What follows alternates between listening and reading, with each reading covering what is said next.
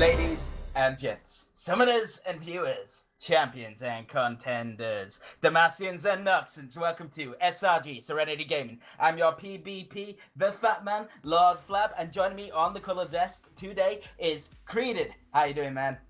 I am doing well. I'm looking forward to this best of three match, seeing who's going to be moving on to the semifinals.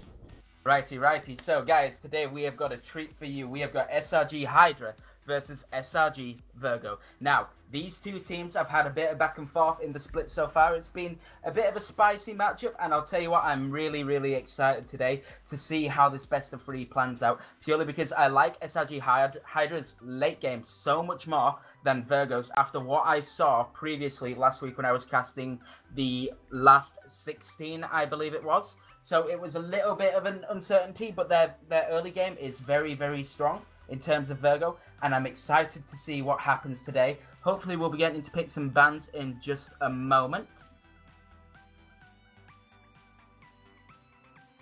So, Creeded. Yes.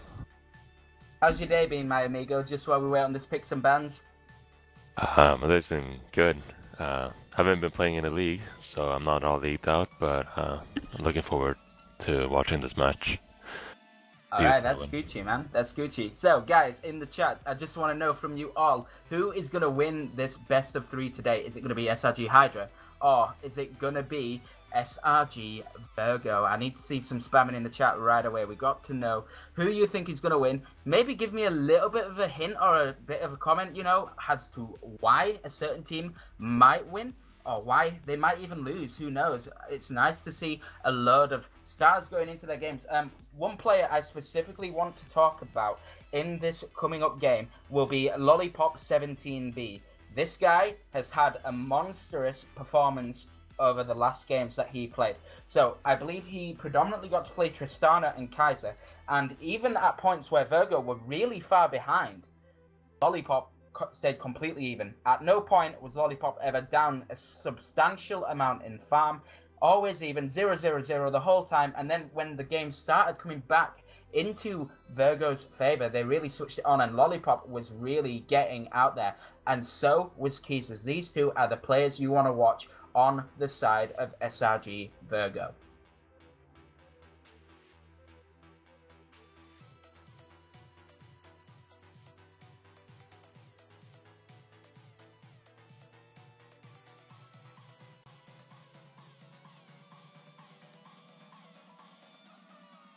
Okay, seems we're having a little bit of a pause at the moment. We're still waiting on the pro draft. So, guys, once again, in the chat, let me know who is gonna win this game. I see you all sat there chilling out, but I want to see you in the chat telling me who is winning this game. Is it SRG Virgo or SRG Hydra? Still waiting on this pro draft to load on up, but hopefully we shan't be too much longer.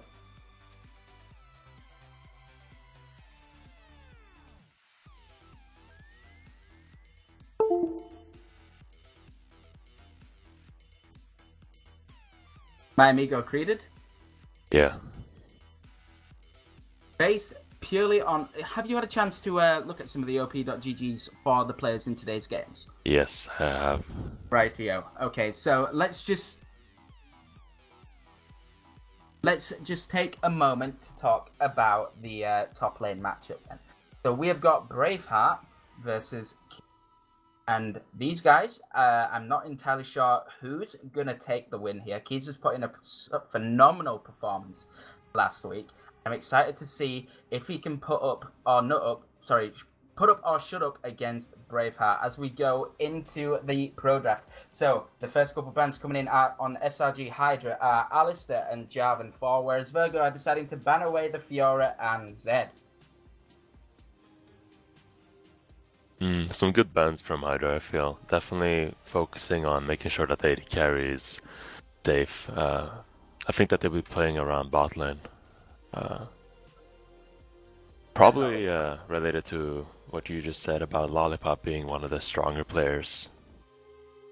Lollipop has performed incredibly well. Now, I have noticed that they've obviously banned the Lucian, and then they've gone for the first pick of Ezreal, so maybe it's a little bit more of a comfort pick but at the same time, I can't say that I have the best of knowledge when it comes to Rekits, who will be playing AD carry in this game, but I've definitely seen enough of Lollipop to know to be afraid of this guy.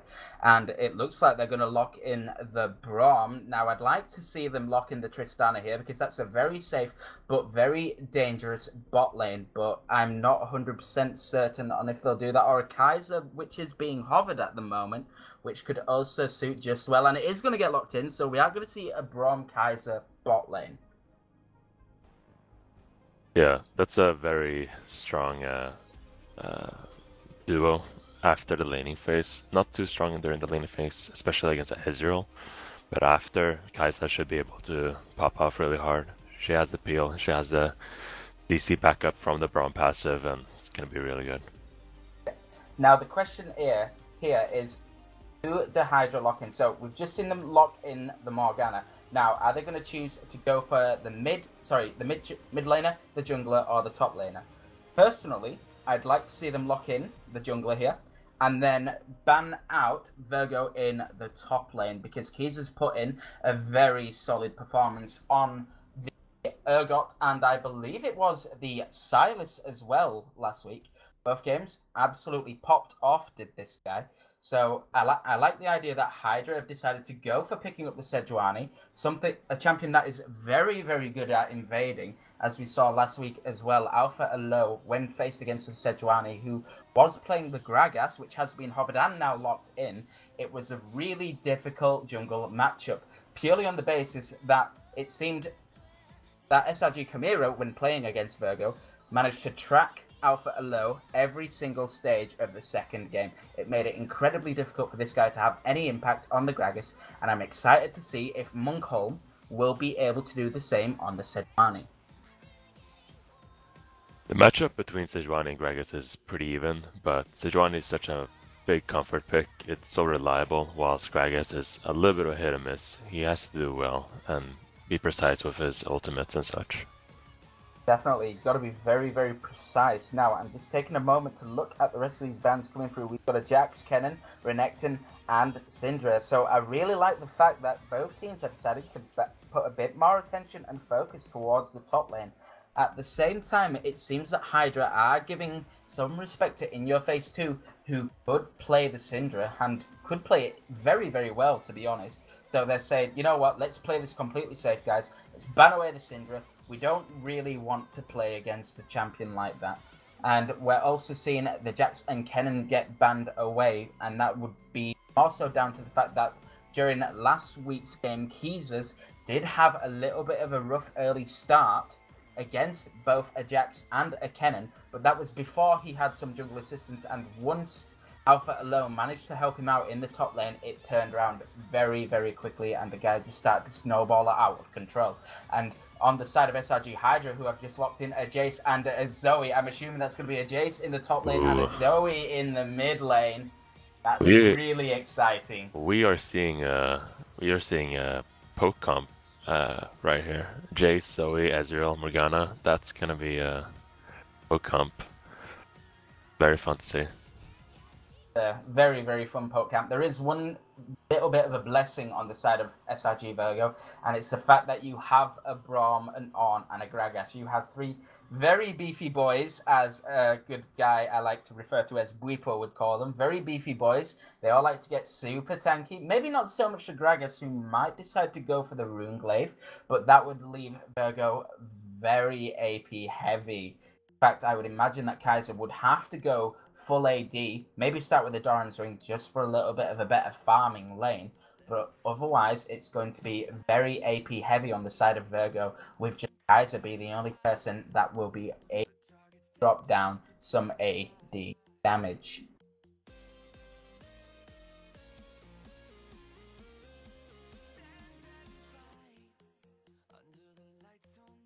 So, Created, take a moment to go through these top lane matchups. So we have got Braveheart that's going to be playing the Jace, and we've got Keezers that's going to be chilling out on the Ornn.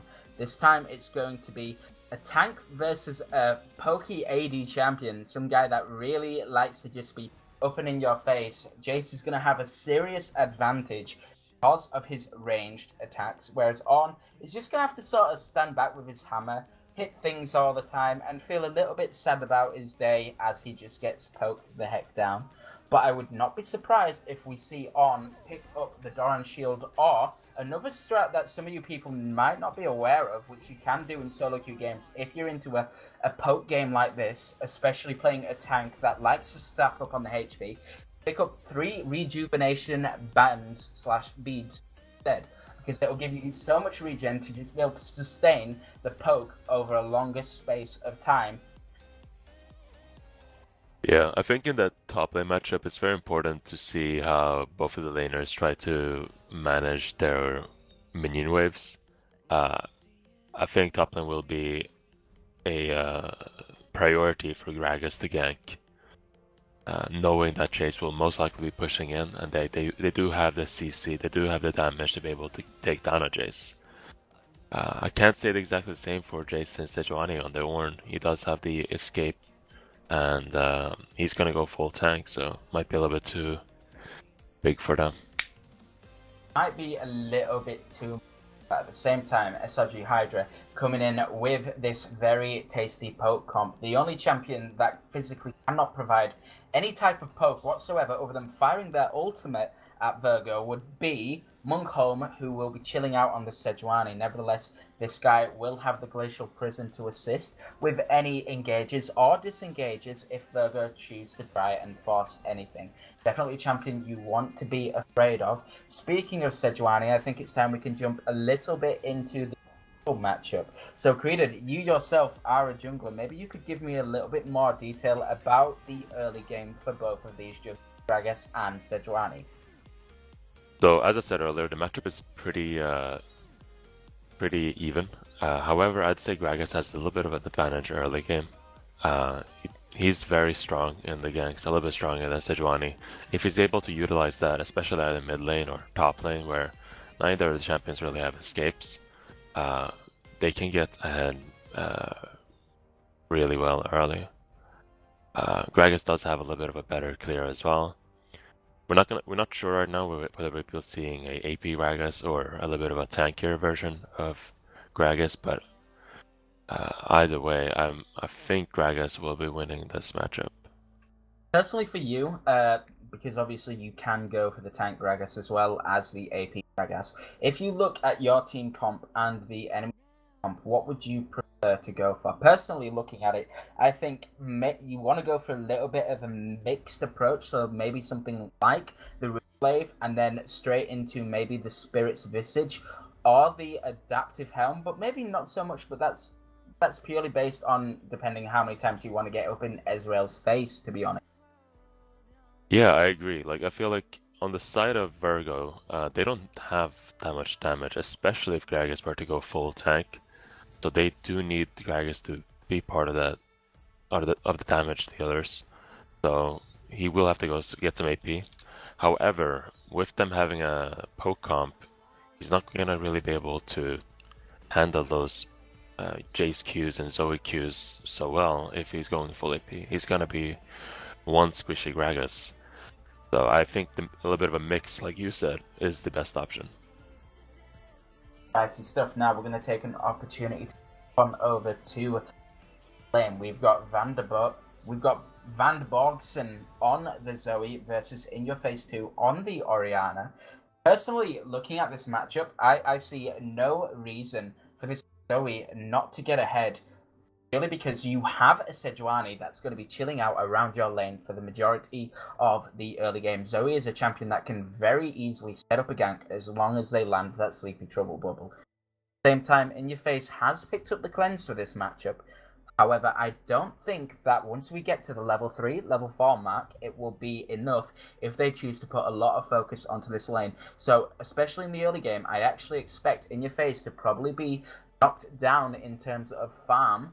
However, if Munkholm does not give enough attention to Van Borgsen in this mid lane, and it allows Alpha Elo and In Your Face to work as a duo, which they'd very much like to do at the moment from what I've seen in some of their previous games, it could turn completely in the favour of SRG Virgo and In Your Face. However, he doesn't have any kill pressure purely because he's picked up the cleanse, but that is probably the much safer option when you look at the fact that you've got a Sejuani, you've got a Morgana, and a Zoe all playing against you, all with some pretty solid CC, so it's not a very fun time in the lane if you are the Orianna this game.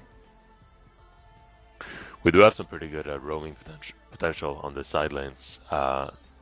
Looking at the lanes, Jace, Ezreal, and Morgana will probably be pushing the lanes, and they could be roaming down mid lane to help out the Zoe and potentially get a kill on the Orianna. Same goes for same goes for Virgo. Ornn and Braum really good at coming in and ganking mid lane because of their CC. So I think mid lane will be a hot spot this game, definitely. Lane should be a hot spot, but I also think that we should give some respect to SRG Virgo's bot lane here with the Kaiser, with the Braum, into an Ezreal Morgana. Now, this Morgana has been picked up purely to make sure that Rectiz is going to be absolutely safe, because you're an Ezreal. You can just arc and shift away from any engage, and if you've got that black shield, not only to protect yourself, but to cover your AD carry, it allows Rectiz to blaze a lot more aggressive, go for some of those Klepto stacks, and see if it can get ahead in terms of using the Klepto and the harass. So it would not surprise me if Kaiser, the Lollipop, decides that maybe it's worthwhile going for a Doran's Blade instead. But Braum has picked up the Ignite. I fully expect it to be a Doran's Blade start or a Doran's Ring start. Either way, to help more so with the laning, the farming, gives you a little bit more damage instead of being, hell no, I'm not afraid to trade with you. I'm going to be aggressive back. I'm going to see what I can do, and I'm going to see if I can clap you first, because both these supports are running into lane with the Ignite, and they're both chilling out with Guardian on their main rune as well. So it's going to be interesting to see how this matches out in terms of early game trading, and whether it comes down to, is it just going to be who can land the first hard CC first, whether it's a Dark Binding or the Winter's Bite stacked up with the rest of the Bronze passive to see pop somebody down and stun the hell out of them. But once we get to that level 2 point onwards, as long as Spiller has the black shield, it should be very difficult for Rectiz to get stunned up. Who do you think will be winning the matchup in bot lane as a support main? Sorry, just say that again for me, my amigo. As a support main, who do you think will be winning the bot lane matchup? Now, as a support main, personally, I would say there is no excuse for Spiller and Rectiz not to win the bot lane, purely because you have the CC from the jungler, you have the CC in the support. Granted, the early game's not going to be so fun, but at the end of the day, you're a Morgana, you have the range advantage, you have the black shield. Even if you get hit by that Winter's Bite, you can literally just let it stack up and then black shield right as they go to stun you. So, regardless, you're pretty much countering the Braum. The only thing you don't counter him with is the damage reduction he can provide onto an AD carry. So, I think, overall, Morgana and, Spiller and Rectiz on the side of SRG Hydra should win this bot lane if it's a straight up 2v2, but there is definitely room for Lollipop and Beta Benna to force some kind of outplay.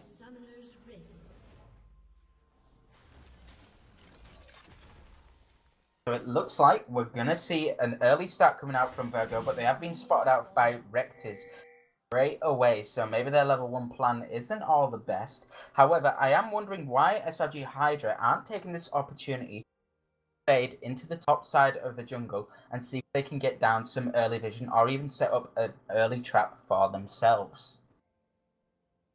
Yeah, Ezreal spotted out all 5 of them. I'm surprised Sejuani or Jace doesn't opt to put a deep ward or something like that, just so they can track out Gragas.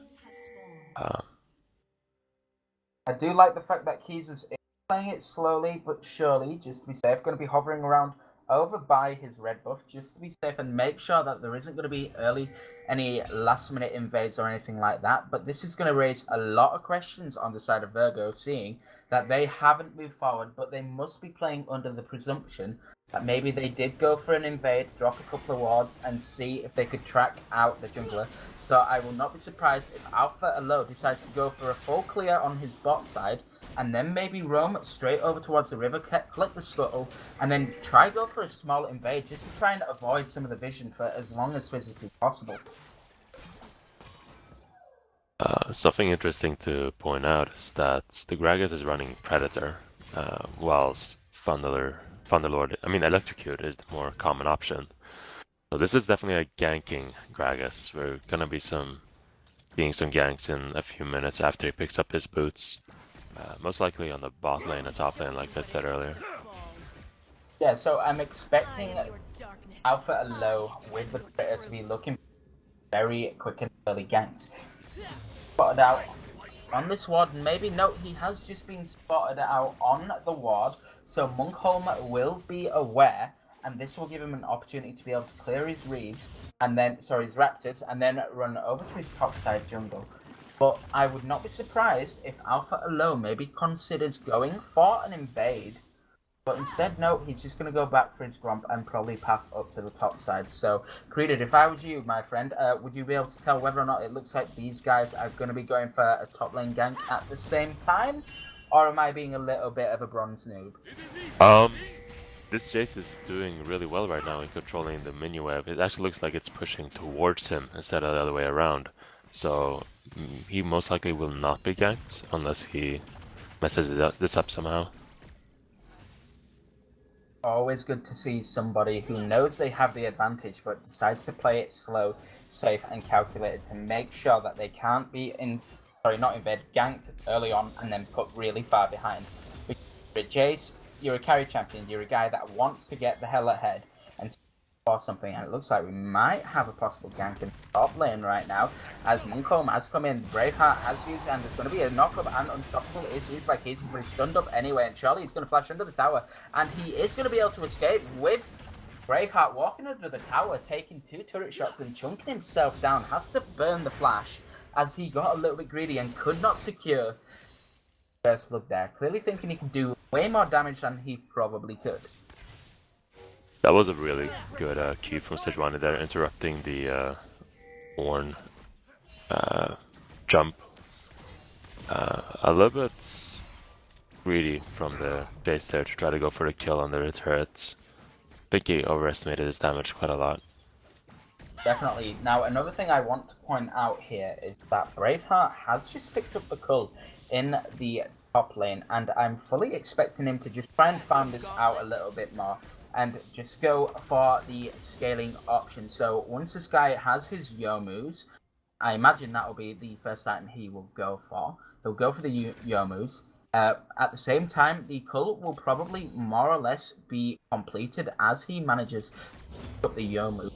He'll be able to cash in a little bit more, but considering he's gone for the cull, I'm slightly surprised that in this matchup, with it being against an Ornn, he chose not to go for the Klepto, just to help him snowball even further ahead in terms of gold, in terms of farm. From what I've noticed, and how he's playing this top lane matchup, he doesn't really focus too much on poking down the Ornn and harassing him. He's just more focusing on getting all the farm. So he's playing fairly safe, not taking full advantage of Jace's kit. Definitely just wanting to chill out, play it super safe. Now, I am seeing Alpha low hang around the mid lane here, but Van Bogson is going to spot him out on a ward, so he's just going to walk away like a sad little puppy who didn't get a treat this time.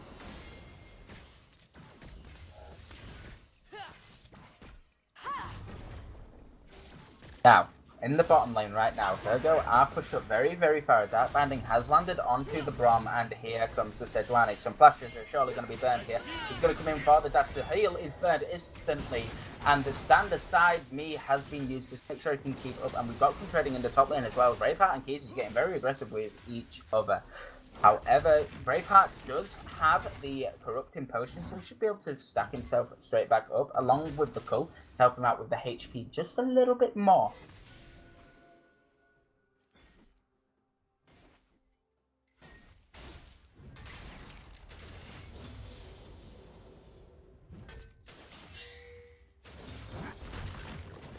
Take a moment to pay attention down towards the bottom side of the map. We a bit of vision control coming around over this dragon, so we Hydra are going to try and set up a little bit of vision, more so around the dragon, clear out some wards, and make sure that they can prep themselves for a reset, and it looks like we're going to have a fight in the top lane again as Braveheart and Keys get very aggressive, and Braveheart jumped forward down. That was probably the big mistake as the ultimate comes down, and that's just going to be a first blood going over to Keys. Is a bit of a mistake there by Braveheart, choosing to jump into Keys' face and try and trade back with him. He clearly doesn't have the damage at this point, and you're fighting against a tank, and you're not really going for the poke. You're sort of going, instead of trying to poke him down, you're just going straight for all-ins, and it's just not working on your side at the moment.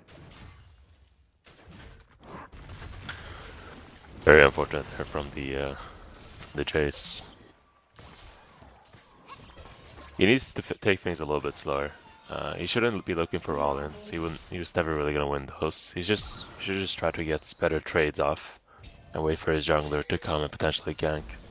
Yeah, he should be just trying to focus a little bit more on making sure he can secure the farm, because he was actually behind until he burned the TP to get back to lane. So he'll even himself up after dying there. But at the same time, I do want to bring your attention to the fact that In Your Face and Van Borgsen in the mid lane started having a lovely little trade, and Van Borgsen actually had to burn the flash because In Your Face had the shockwave ready to go and was probably going to throw another dark ball straight at his face and shockwave him and likely kill him. So it was the right decision to just burn the flash and get the heck out of there while you still could. This is what I was talking about. Jace being able to push his lane so hard is roaming around, securing vision for the side of Hydra, and it's really good for them. Good for them in... Now we're seeing Munkholm chilling out with the early sweeper. He's actually got 12 vision score at 8 minutes. So this guy is dealing with more than 1 vision per minute, which is something you really like to see on a lot of junglers, especially in the early game. This guy is focusing on denying the vision, trying to help his team set up so they can play more aggressive or play a lot safer, depending on whereabouts Munkholm is on the map. Both teams are focusing a lot on securing vision on the bot side river currently. Especially because of this dragon being very important for the side of Hydra. Yeah, now this Infernal Dragon is incredibly important, and Hydra have done really well to focus on some of their vision, getting very aggressive in the top lane onto Braveheart once again. But at the moment, we're seeing the bot priority play a big part, as Munkholm is able to start off the dragon very early, make sure there's no vision around it, and now, because his bot lane were able to push up first, they could rotate, and so was the mid lane. But now it looks like we might have a fight going right now. Flash body slam, misses on down to the low. He goes in for the castle, skip that Glacial Fissure, and he's going to go down to the true top of that. At the same time, there goes the Glacial Fissure, and that's going to be a Sleepy, Trouble Bubble, and a Paddle Star, able to KO the Orianna. It's a 2-0 in favour of Hydra at the moment, after securing the dragon as well. Lollipop has been caught out, he uses the heal, he's being stunned up, he's shot down very, very quickly, and Rectus with the empowered right there, doing a lot of damage, and it looks like Beta Ben is going to go down. Maybe he manages to flush away just at the last second, and that's going to be a 3-for-1 overall in favour of Hydra. Very well played there. Very well played there from Hydra. This managed to secure the dragon. Sejuani is a little bit low, but he's able to get all the CC off as Gragas is jumping in, and Gragas is barely able to do anything other than use his ult and his E, and he just goes down right away. Definitely able to do a lot of focus on trying to be aggressive and lock people down there. Now, as I said at the start of the stream here, I predicted that Virgo would have a strong early game and a much weaker late game, but at the moment it seems like Hydra have done their research. They're putting a lot of focus into vision control and playing around their strong points. Now, Gragas, who is going for the AP jungle item, the Rune Glaive, just to try and help him out with a little bit more damage, is still going to be fairly weak during an initial start of a fight, especially considering he tried to go for the flash body slam onto, I believe it was Munkholm. And Munkholm, as Sejuani, you have the starting passive, so maybe not the best of targets, clearly trying to force a fight and see if you can make a pick, but probably not worth trying to force that initially, as it was the most tankiest person you could have chosen. You're not super strong as of yet, and it just made it really difficult. And In Your Face getting hit by a Paddle Star and a Trouble Bubble. Oh! And a Shockwave empowered by the gate just there. Braveheart able to pick up a kill with the Shockwave Blast and the Airy just to finish off the job. That was a nice roam down from Braveheart there, just to catch In Your Face with his pants down. That did a lot more damage than I thought it would, but yeah, we're seeing how like impactful these roams can be and how good it is for both the Zoe and Jace, because he gets a little bit of a comeback in this lane. Still not gonna be able to match up one to one, but his impact this game is just gonna be mainly from the poke, not from beating the Ornn. That's gonna be more of the job for Ezreal and Zoe. But that was a really good roam. Very, very good roam. Now, Creeded, I just want to bring your attention over to the jungle. Alpha Elo is currently 0-1 and 0, keeping somewhat up on farm. But do you see a specific route that Alpha Elo are sort of play that he should be looking to make now to try and help his team get back into this game? It's only a 2k gold deficit, but this early into the game, it is very strong. And never mind, at the moment, we've got a gank in the mid lane, man. There's going to be a 2-man Shockwave as In Your Face, and I just to land that. But Munkholm missing the Glacial Prison, but In Your Face is drowsy now. He doesn't have the cleanses yet, and that's going to be a 3 versus 1 overall. But only 2 getting the kill participation, and that's kill going over to Van Bogson in the mid lane. This Orianna In Your Face now 0-3 and 0. The Sejuani is having a really strong impact on this game. Playing really well. Do you see any potential room for comeback on this side of Virgo? And if so, where do you see it happening? My money personally is on the bot lane, but overall they've been very, very even. And Rective's getting the 2 early kills early on into the game has managed to get himself a nice, tasty gold lead of 1.2k against this Kaiser. Problem is, like, with a team comp, like a pick comp, the enemy team would want more to punish their mistakes and be able to take advantage of them pushing up too far or being caught out in the jungle or anything like that, so they can grab objectives after that. But as it's going right now, Hydra is dominating when it comes to vision, if you look at the map, and they're also winning 2 of the main lanes. Ooh, we're seeing a fight in the top lane right there. Keezus and Braveheart getting very aggressive with one another. It looked like Braveheart had made a mistake there, but Keezus wasn't actually able to get the follow-up on his ult, man. He's going to go in with another dash and the knock up as well, and then just unstoppable with the fire breath just to make sure that he could finish off Braveheart. So it seems like Keezus is going to say to his team, look guys, I'm winning against the Jace and I shouldn't realistically be winning. I've now got the tanky items I need. I'm getting strong. Put me in front of you guys and let me see if I can help you gain. What's your torment? Dragon spawning, so both teams looking to secure some vision around there. Yeah, now this is a dragon, a wind dragon, my mistake, sorry there. So I'm seeing Munkholm and Alpha Elo both hovering around the bot side, but at the moment Hydra have the much stronger vision control. And even though a Cloud Dragon isn't particularly the best one to have in a game, more specifically for a poke team like this, sometimes it can help you with the rotations, especially as you want to roam. But at the same time, if I see a Cloud Dragon like this, I want to say to my team, look guys, we've already had one Infernal, let's clear this Air Drake as quickly as we physically can and see if we can get ourselves another one, maybe a Mountain or an Infernal Dragon, just to help us out a little bit more in the scaling side. This dragon is fairly important for Virgo to dodge the poke and also to help them with engaging a little bit. So it is pretty good for Virgo, not too impactful for the side of Hydra though. Nothing too impactful at the moment, but it looks like Van Bogson is going to be able to secure the first turret because of all the pressure in the mid lane. So this guy on the Zoe has done a very, very good job, but Van Bogson has been caught out and had to burn the stopwatch. In Your Face managing to lock him down with a very tasty shockwave and securing a kill, getting a shutdown in the mid lane. So now 1 and 3, getting himself back into the game, even on farm, but he's still down about 1.2k gold.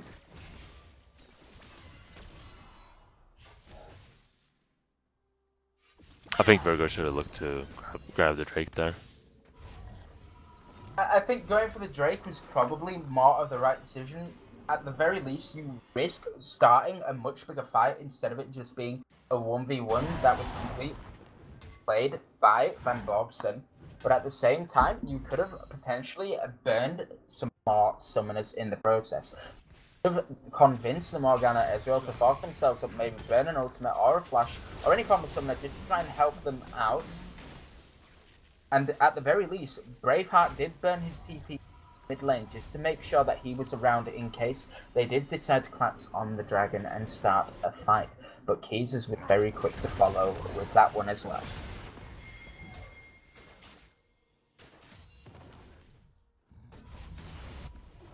We're seeing some of the first items coming in, up and down the board. We're seeing Braveheart has picked up the Yomos. Van Borgen has got his Luden's Echo. We've got the we've got the Iceborne Gauntlet on the Ezreal. And Villa at the moment has decided I'm going to max up the support item and make sure I've got that one extra ward.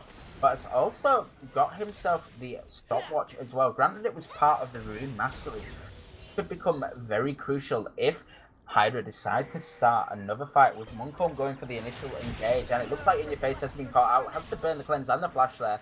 Van Bogsen doing a very good job to put a lot of pressure onto this mid laner as they look to take a lot of control over the Rift Herald, and the Alpha Low getting shut down incredibly quickly there by Van Bogsen with the Paddle Star. That's doing a lot of damage, and that is one disgusting Zoe early on into the game. That's some poking right there. We're gonna be seeing a lot more of that, I'm pretty sure. Now, at the same time as all of this is going on with the harass, with the control over the Rift Herald, we are seeing Braveheart just chill out on his own in the bottom lane. Oh, and the damage on Van Bogsen onto Lollipop there, that is a lot. And you do not want to be seeing that, especially if you are the AD carry. You are someone that wants to be trying to carry in this game, but it's so painful when you have a Paddle Star chunk you down to almost nothing.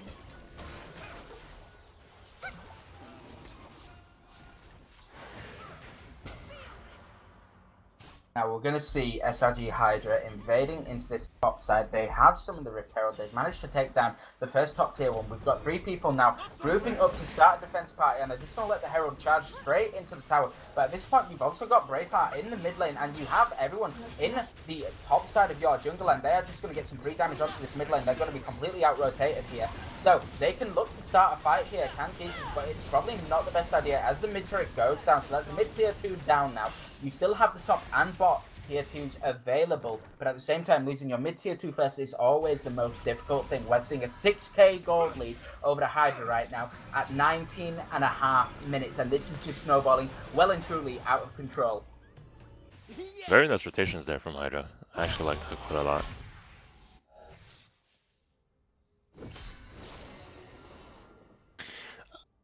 I think Virgo needs to start looking for an engage opportunity right now.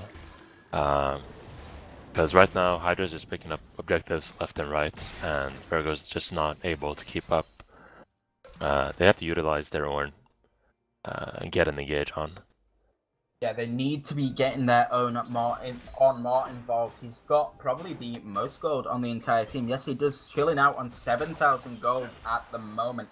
So Keys has been a guy that I've been pointing out in the past. This guy has been a very, very strong, solid laner. And on top of that, so is Lollipop, who has now picked up the Infinity Edge. So I'm excited to see if Virgo can keep this going and just try to hold out now. Just turtle up in and around your towers. Obviously, Hydra will probably pick up a turret or 2 more, but if you stop surrendering all these early deaths over to the side of Hydra, it's going to get very difficult for them to continue to scale up.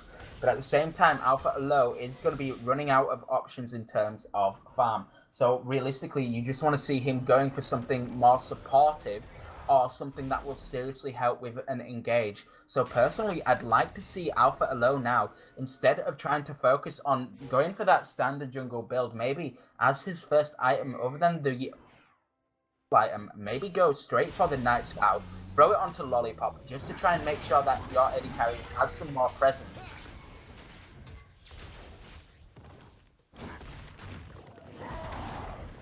Now, it looks like Braveheart did get very aggressive onto Keys again, still getting a little bit cocky with him. This is not an on you want to mess with, my friend.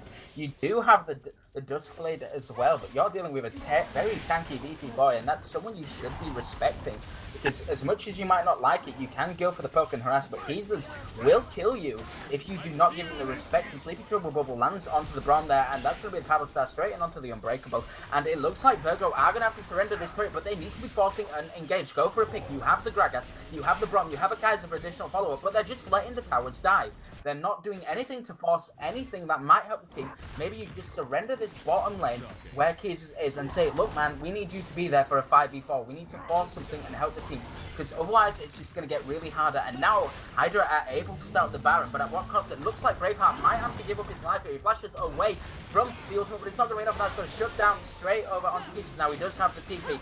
The rest of the team should be running towards his Baron now, as it is going to be a 5v4. The round is on 5k HP, and Hydra are going for what will be it won't be a 50-50, as Baron is going down way too quickly. The Braum is there. He's looking to go for a Wintersplit straight over the wall. It's not going to be enough, as the Baron is secured, but the rest of the team are here. You have a Gragas, you have a Braum, you have some engage, but it's whether or not they're going to go for it, and it looks like they're just going to allow Hydra to go for the reset. Hydra's playing so well, in my opinion, but at the same time I feel like Virgo is just giving up way too much. This Ornn needs to start working with his team more. Like, although he's beating the Jace one-on-one, that doesn't mean anything for his team. Like, because they just keep on losing more and more objectives. They have to look for a team fight now.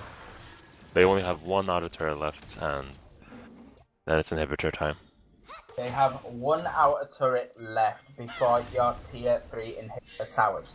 Now, at this point, we're seeing Keezers pick up his second item, which is the Abyssal Mask. He isn't on, so he has additional buffs because of his passive. Now, I want to see this on Keezers. I want to see him help his team set up some vision in and around their own jungle. So maybe it would be nice to see him pick up a sweeper as well. Just to help sweep, because he's a tanky guy, he needs to help clear the vision.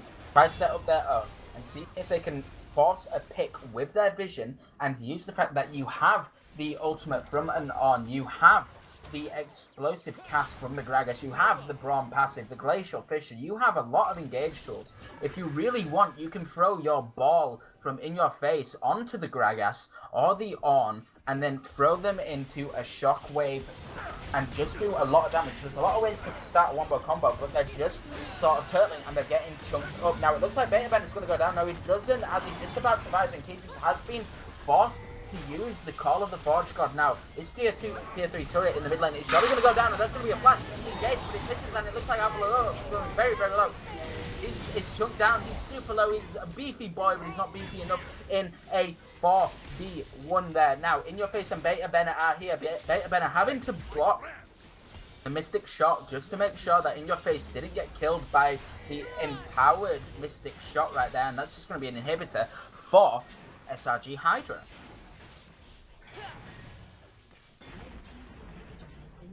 That poke is so strong.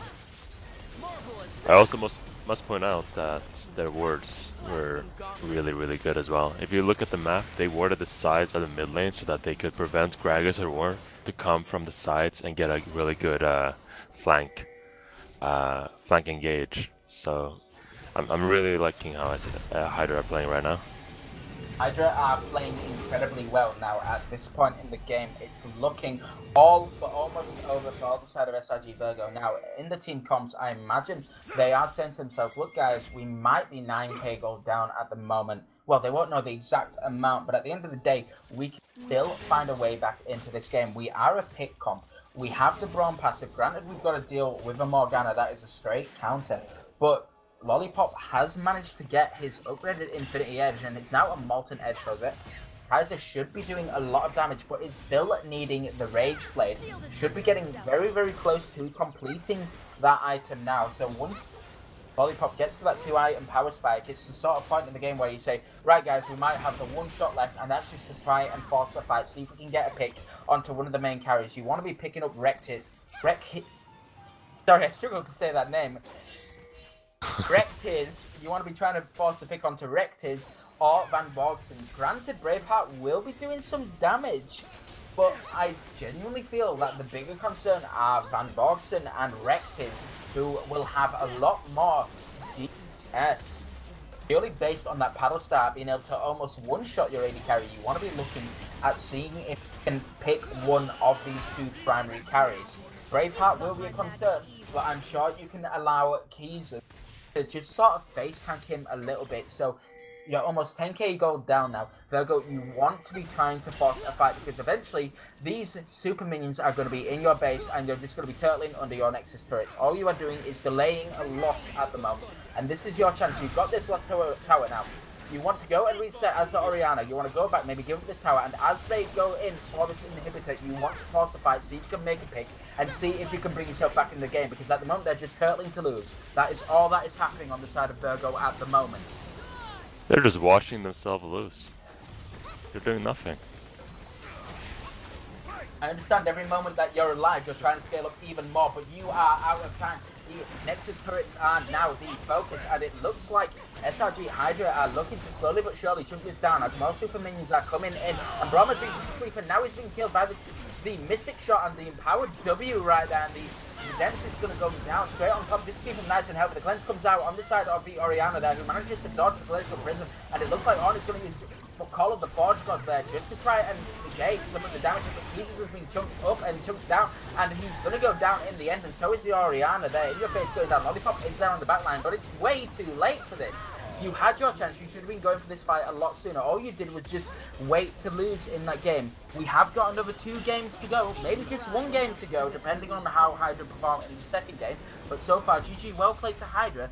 Very solid game. And Virgo, you have to sit there and say to yourself, look, we were down, we were struggling, and we just sort of let them walk in and lose. In a situation like this, personally, if I'm going to go down, I want to go down fighting. I don't want to just turtle and hope for a mistake. It's something that you just need to say, right, let's force it and see if we can just find some way back in. Make a pick, do something. Because at the moment, all you did was sit there, turtle, and let the base die.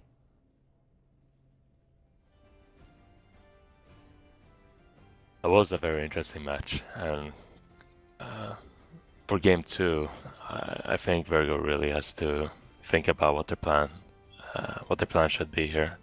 They obviously struggle a lot against a pick comp, and Hydra can see how well they do with a pick comp. We will most likely be seeing some bans against this type of composition, hopefully, or else they might try using more hard engaging champions. I would like to see some more hard engage. Now, this is going to sound ridiculous. Very good job into Braveheart on the Jace, but maybe it would have been better just picking up like a Malphite, because it's the same sort of ultimate at the end of the day.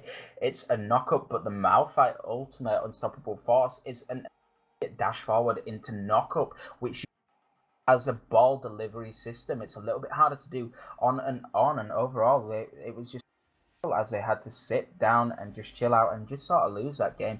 So I'm hoping to see some very quick adaptations from SRG Virgo into game.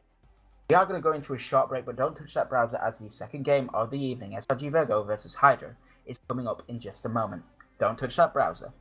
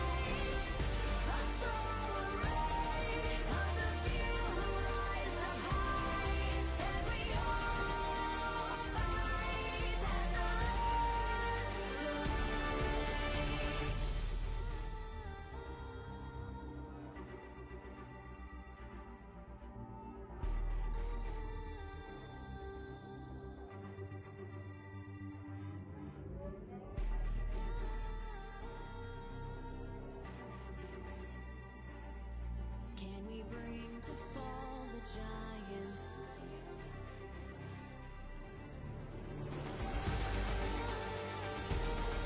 Can we bring to fall the giants? Can we bring to fall the giants? Can we bring to fall the giants?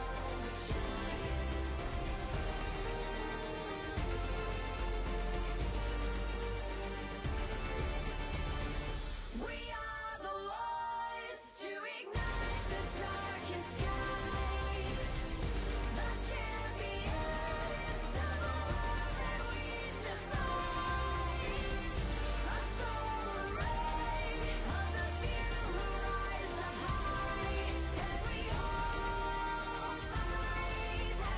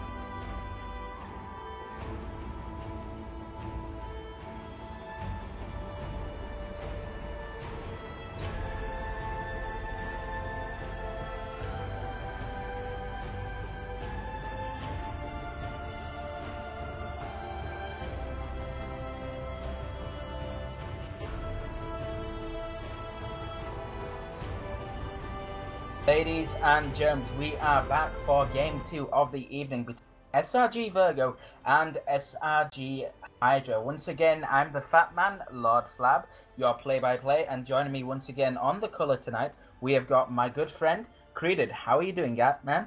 You feeling good? Yes, I'm feeling good. Looking forward to the second game. Right, the first game was a very, very spicy one. I really loved the way that Hydra just asserted their dominance throughout the game. I do have to give a little bit of praise over to Keys' top lane, because Virgo were really struggling to make some sort of play or comeback.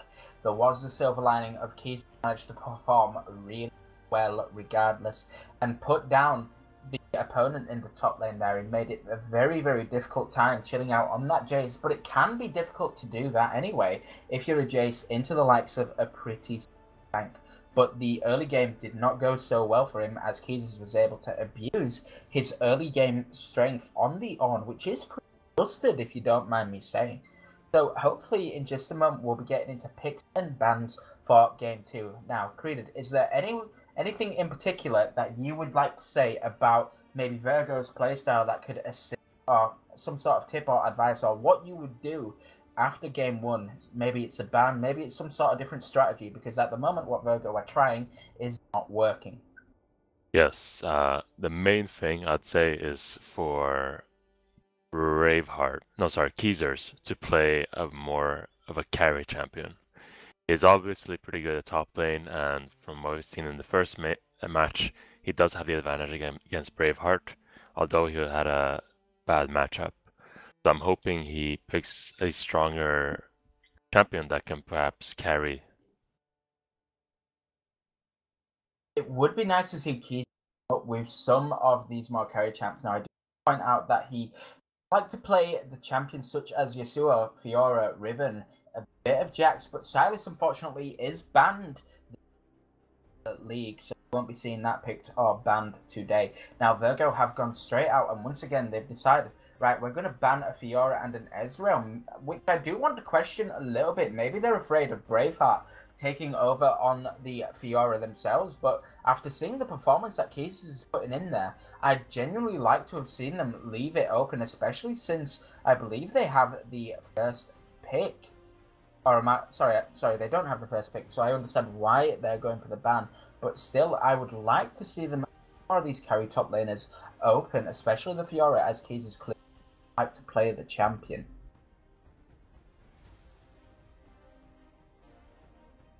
So some of the other bans coming through at the moment, you've got the Ezreal, the Vladimir, you've got the Jarvan 4, the Alistair, and the Gragas.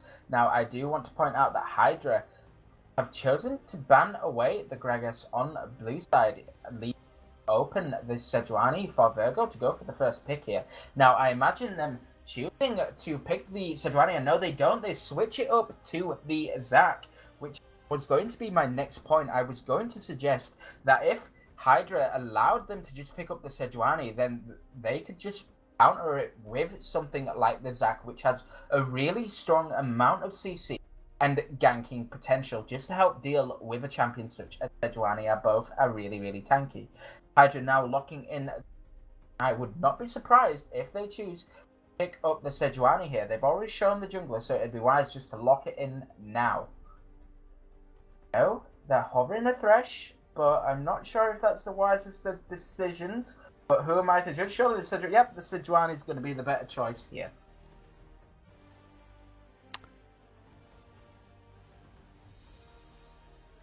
Good decision there from Hydra, picking up the Sejuani.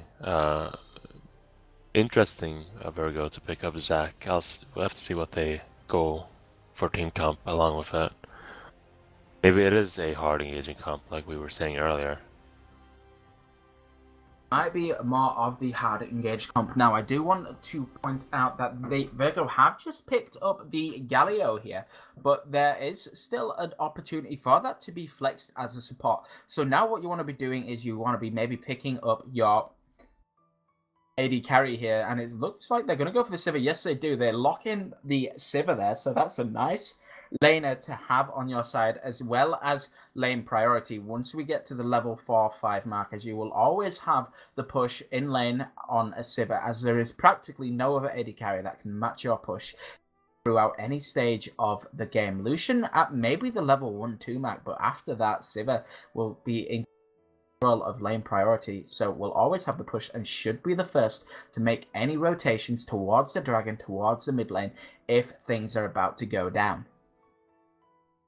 Hydra opting to pick up Braum. I think I would have considered Morgana here instead of Braum, but we'll have to see.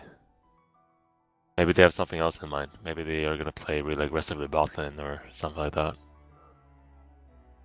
Maybe so. Now, with this Braum being picked up, I'm not gonna try and sound a little bit bonkers here, but genuinely, I think Beta Benner with SRG Virgo should now consider picking up the Rakan. And I say that purely because you've got the engage of the Zac. You've got the follow-up with the Hero's Entrance and Grand Charge from the Galio. Now, if you have something such as a Rakan there just to help you with the lockdown CC, you have got a very protective game for looking after the Sivir. And that will allow your mid laner in your face to play something maybe more controlling or aggressive. The Syndra has been banned away, so maybe we could see him pick up something like a LeBlanc, who is one for going for executions, as this would give you more late game options, as you can go for the picks and assassinations with the LeBlanc, or you can go for something more of a control mage, as it looks like Orianna has been left open, so you could actually go for a ball delivery and get some serious wombo combos going on. That is providing that they don't decide that this Galio is flexed into the mid lane, but it could also be in the top lane. But personally, I'd like to see this Galio in the support area or the top lane, more so the top lane, because he's very effective on the tank. So this would allow Beta Benner to pick up the Rakan, and then you can also go for something aggressive in the mid lane. And we are seeing the Yasuo hovered right now. Ooh. I imagine that will be for the mid lane, and that should suggest that this Galio will be going into the bottom lane as support. So that should be, I should hope, maybe a Yasuo mid lane, but we could be wrong here. That could still be a Yasuo top. So I do like the adaptation here that Virgo have taken, deciding to go for 2 more flex picks just to sort of make it a little bit interesting and make it difficult. But if they lock in the Kassadin here, it's going to make it very, very clear who is going to be going where. And they lock in the Kassadin, so that's going to be a Kassadin in the mid lane. I would imagine Yasuo will be going top, and that will be a Galio to protect your Sivir in the bottom lane. So it looks very much like we are about to see a Yasuo versus Jax in the top lane. And that will be Keezers versus Braveheart on 2 carry champions. And that is one matchup that I am very excited to see if it will have any more of an impact. After Braveheart, who was playing the Jace last game, fell behind against the tank, which was on. So I'd like to see this guy come out now with a more carry-styled champion who has some late-game insurance in being one of the best split pushers in the game, especially when we get towards the late game.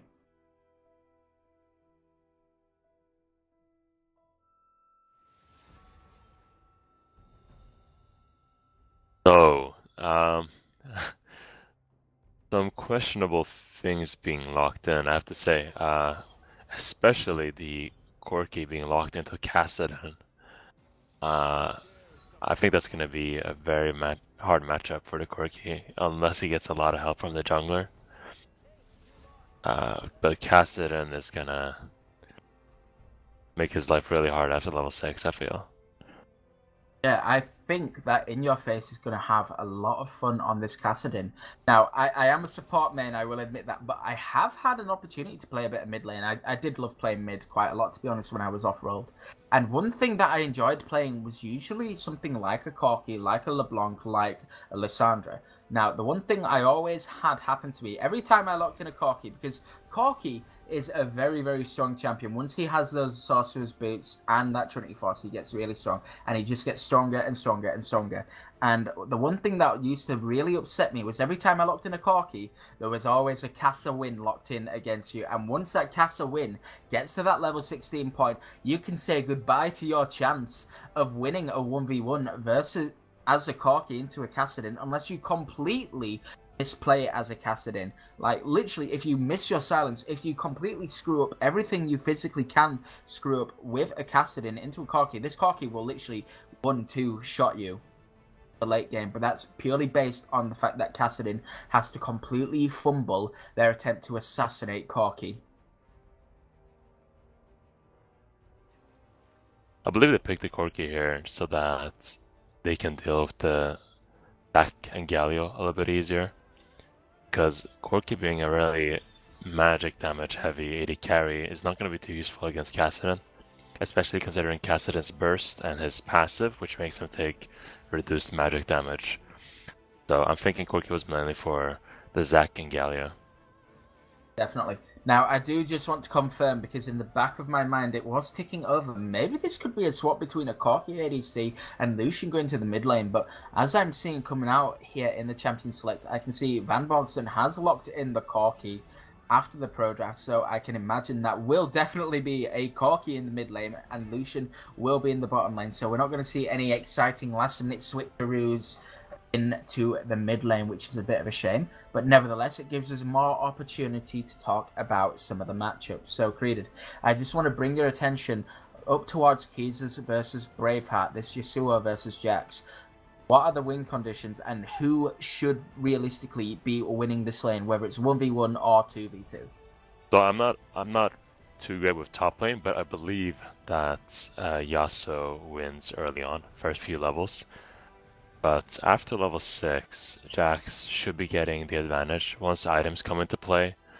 And beyond level 6, Jax should win the matchup with his tab eyes and all that. Yasuo was picked into Jax, I'm pretty sure. So Virgo's top laner must feel pretty confident with this matchup. We'll see how it goes. You know, Keezers was very confident when he was playing is on into the likes of a Jace, which is more than enough confidence, especially when you're at an early game disadvantage, with the idea of a Jace being able to poke you down. But now we've got a melee versus melee, a little bit of range going over to Yasuo with the Wind Tornado, but it won't be too much. Both these guys, I imagine, will be running Conqueror, and I suspect until we get to around the level 13/14 mark, this should realistically be all for keys, if it's just a straight up 1v1 island in the top lane. But once we get to that level 13/14 mark, Braveheart will be able to start to apply a lot of pressure, as he'll have 2, maybe even 3 items coming in on how strong, well farmed and fed he manages to make it a much more exciting fight in the top lane. Yeah, this match is looking a lot better for Virgo. We did say after the last match that we would like to see Keezers on a carry champion instead, and that's what he has here right now. The jungler picking up Zac seems like a very strong comfort pick, considering how strong Zac is currently in the meta. So maybe he's just playing a safe and reliable champion, and that's going to work out better for them. We'll have to see. Yeah, now I can give you just a little bit of insight into Alpha Elo here. I'm going to up a little bit more about his game.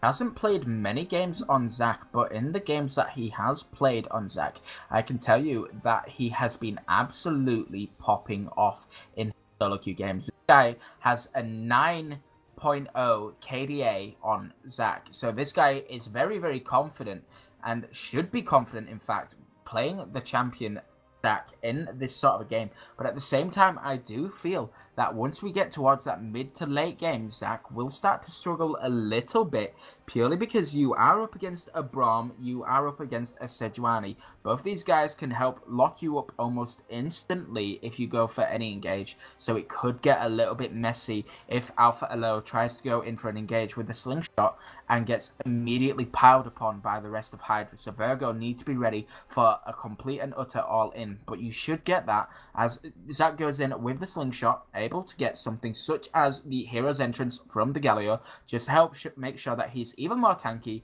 and provide some additional CC to Hydra.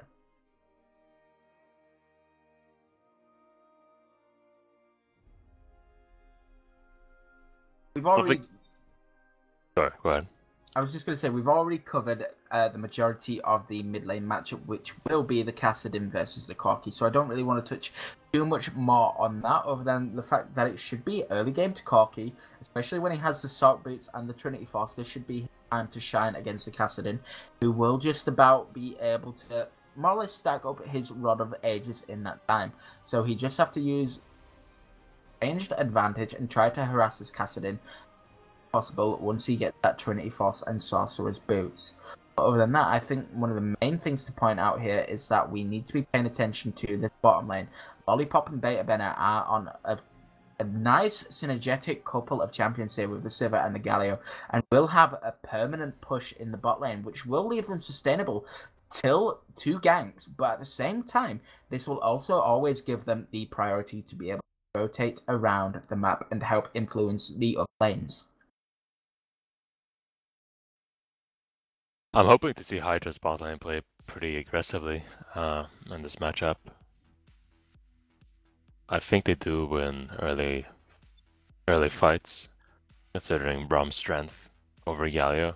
Because Galio is mostly picked because of his ultimate and his follow-up CC, which is very strong. And with the team having such a heavy dive comp with Kassadin, Yasuo, Zac, Galio's going to fit in really well. Yeah, Hydra does want to get an advantage early on in the bot lane. Yeah, Hydra are going to be looking to see solid early. At that level 2 point, Lucian Braum is a very scary combo to be up against in the bottom lane, but you have a Sivir. As long as Sivir is able to spell shield the Winter's Bite, if it's a bit of a ranged skirmish, or if it's a straight up flash in your face, as long as Sivir is able to spell shield the initial stun that will come through from the Braum passive, you could be okay, really.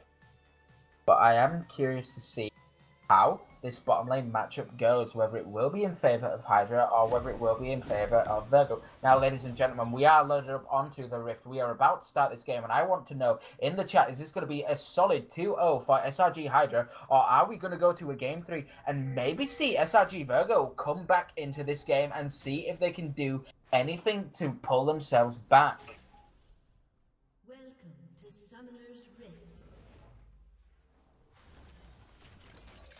Now, I do want to point out here that SRG Hydra are running as a unit again.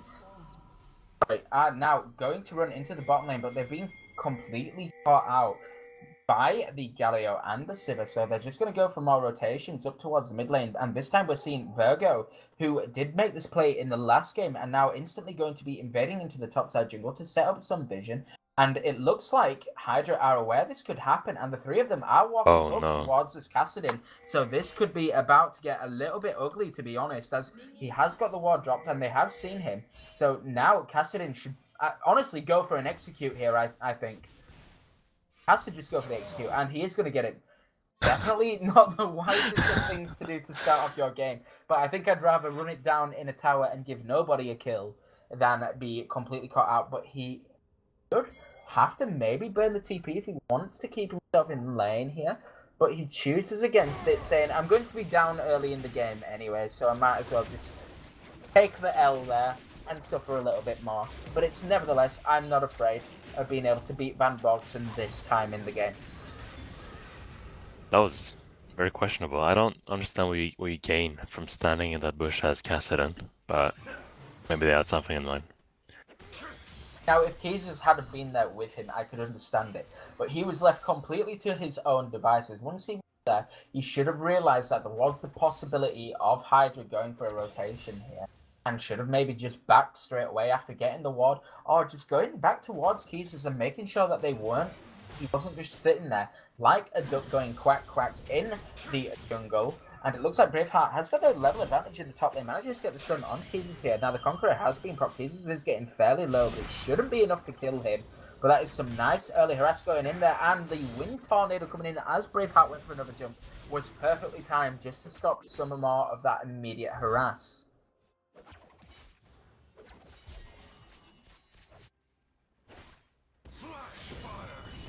Now, it looks like we are going to see Braveheart get aggressive on the Keys here, but he wasn't able to get the stun, and Braveheart is now a sitting duck. He has to flash away. He has the assistance of the Sejuani, who makes him go airborne. Jesus has now been stood up, and that should be first, but going over to Braveheart. That was a very good bait / misplay at the same time there. Braveheart fairly lucky to know that Munkholm was there. So that was a bit questionable, but thankfully he was able to bait it out in the end with the help of his jungler, who is now invading onto this blue. Alpha Low has spotted him here. There is going to be a possible smite fight here. No, Alpha Low doesn't have the smite. Now it's going to get stunned up. The Corki is going to be the first to rotate here and make sure that the blue buff can be secured as Kassadin gets pushed under the tower. And that is what I mean by lane priority. Not just bot priority, but any lane priority. If you have the push, you are the first to anything that might start in the game. Oh, and Betaben is getting very aggressive onto Rectis right now, but he's been stunned up with the concussive blows. He's been ignited, but surely that's going to be the end of it there. Managing to burn just an ignite, so overall that's a nice trade and win in favour of SRG Virgo.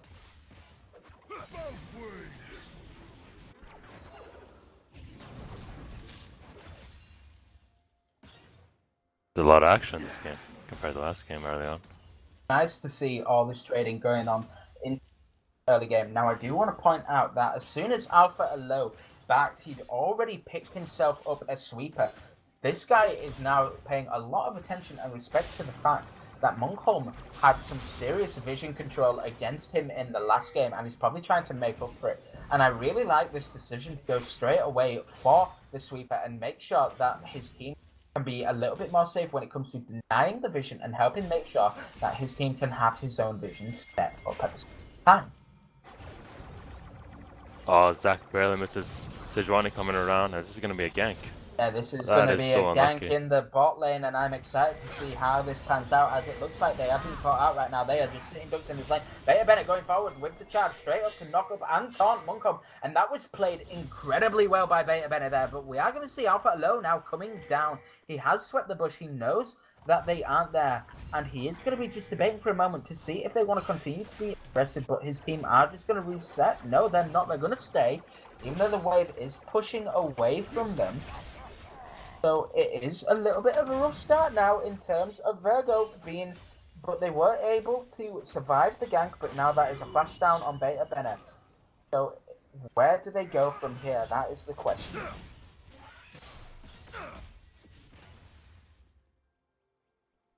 Runcolm already has an advantage. We saw how well he was playing last game, and I think Alpha really needs to try hard and catching up with him and making sure that he has the same impact as the Sejuani has.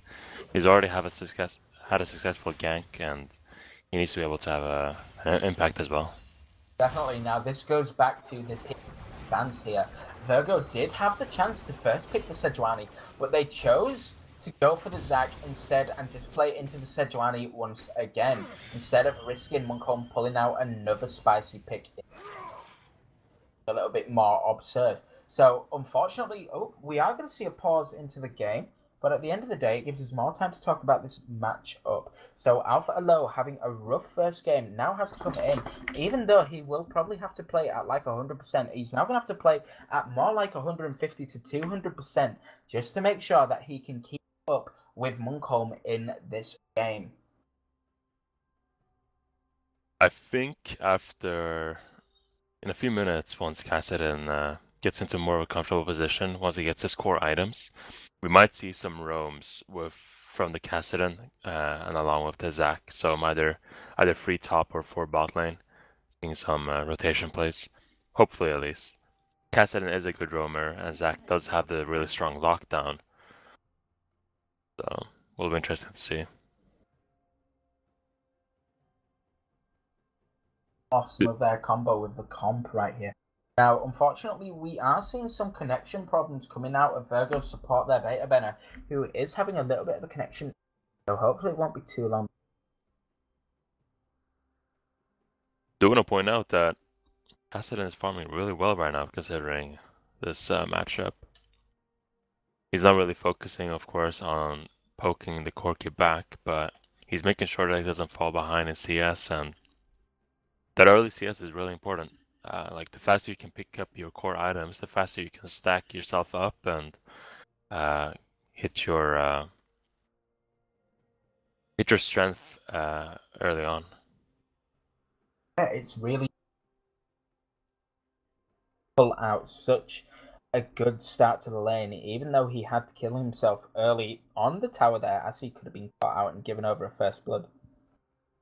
Nice to see the fact that he, even though he was behind in the lane, he is literally almost stone cold even in gold. Granted that Corki does have another 4 CS ahead of him here.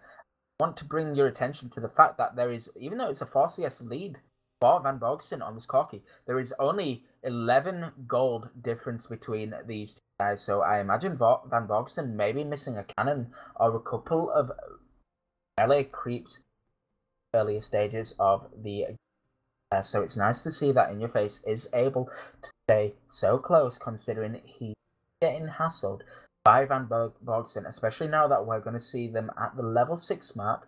Corki has the Sheen, that's all he needs to start off with, to start with some of the harassers, but at the same time, he has to pay the respect. Zac coming for lane.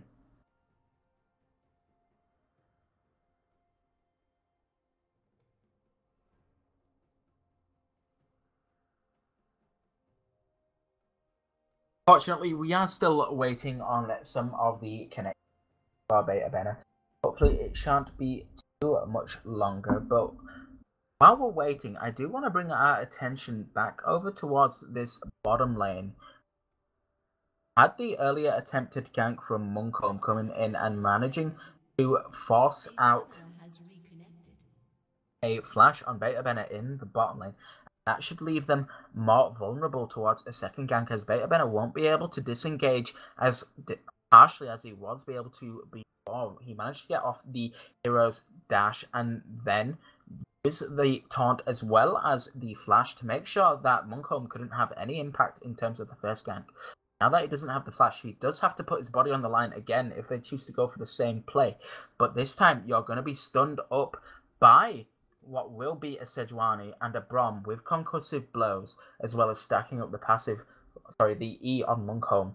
So it will be interesting to see if they're able to survive a second 2v3 fight in the bottom lane if they choose to go. I think we're about to enter a stage of the game where things are going to get a lot more interesting. People are starting to hit level 6. Corki is about to get his package. I think we're going to be seeing a lot of plays. Hopefully around the bot lane. Always fun to see. Yeah, Dragon's up as well. Nice to see some more plays coming out as we get into the later stages of this early game. Now, the Ocean Dragon is the first one to have spawned in this game.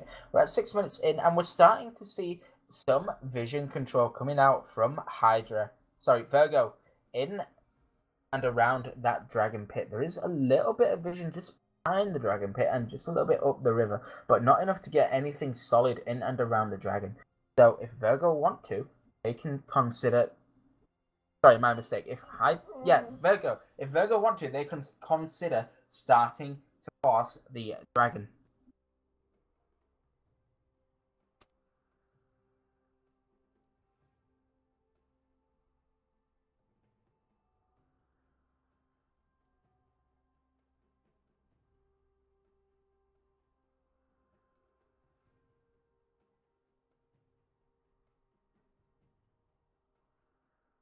We should get him back into game very, very shortly now. We have been dealing with this issue for a little bit, but hopefully finding a fix in just a moment. We are seeing Alpha Alone now return back into the game. I believe that is everybody reconnected. So providing there isn't any more internet issues coming out on any of the players.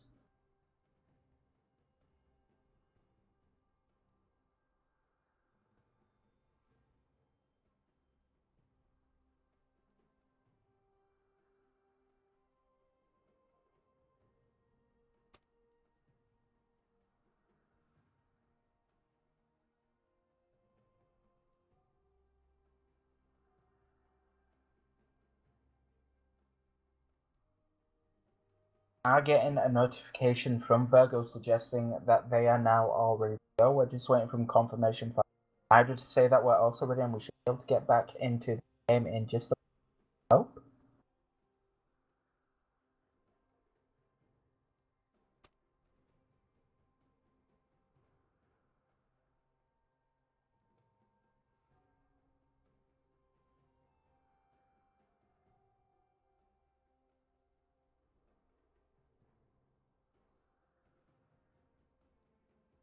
So, created. Just while we wait a little bit longer on this pause, as I've tried to stall it out for as long as physically possible. Now, shall we do a little bit of interesting facts just while we wait? Go for it. Right, so here's an interesting fact for all you people watching at home. Did you know the fat man here isn't actually as you would picture me? Don't expect me to be some like 25 stone machine. I'm literally not that big, but I just like the name Fat Man because, well, I'm the stockiest guy in my group, so everyone calls me Fat Man, and I just sort of roll with it.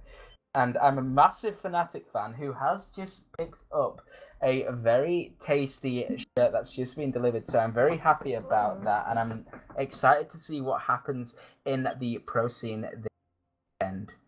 About you? I'm not fat, man. My favorite team has to be. Unfortunately, I don't follow LEC or LCS. I watch mainly LCK, and the teams that I like to follow are KT and Griffin. KT and Griffin. Those are two teams that are worth watching, I must admit. And we are finally back into the game.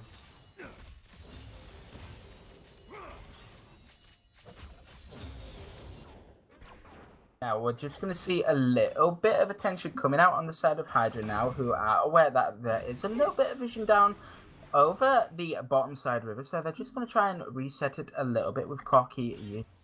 But even though he's just cleared one and placed his own, he's still got another sat there in the inventory, and that is something that I honestly love to see all the time from players, especially in leagues and tournaments such as this. Doesn't matter if you buy a pink quad, I want to see two in your inventory, because we can place one, and then if it gets cleared, you can go and place another straight away.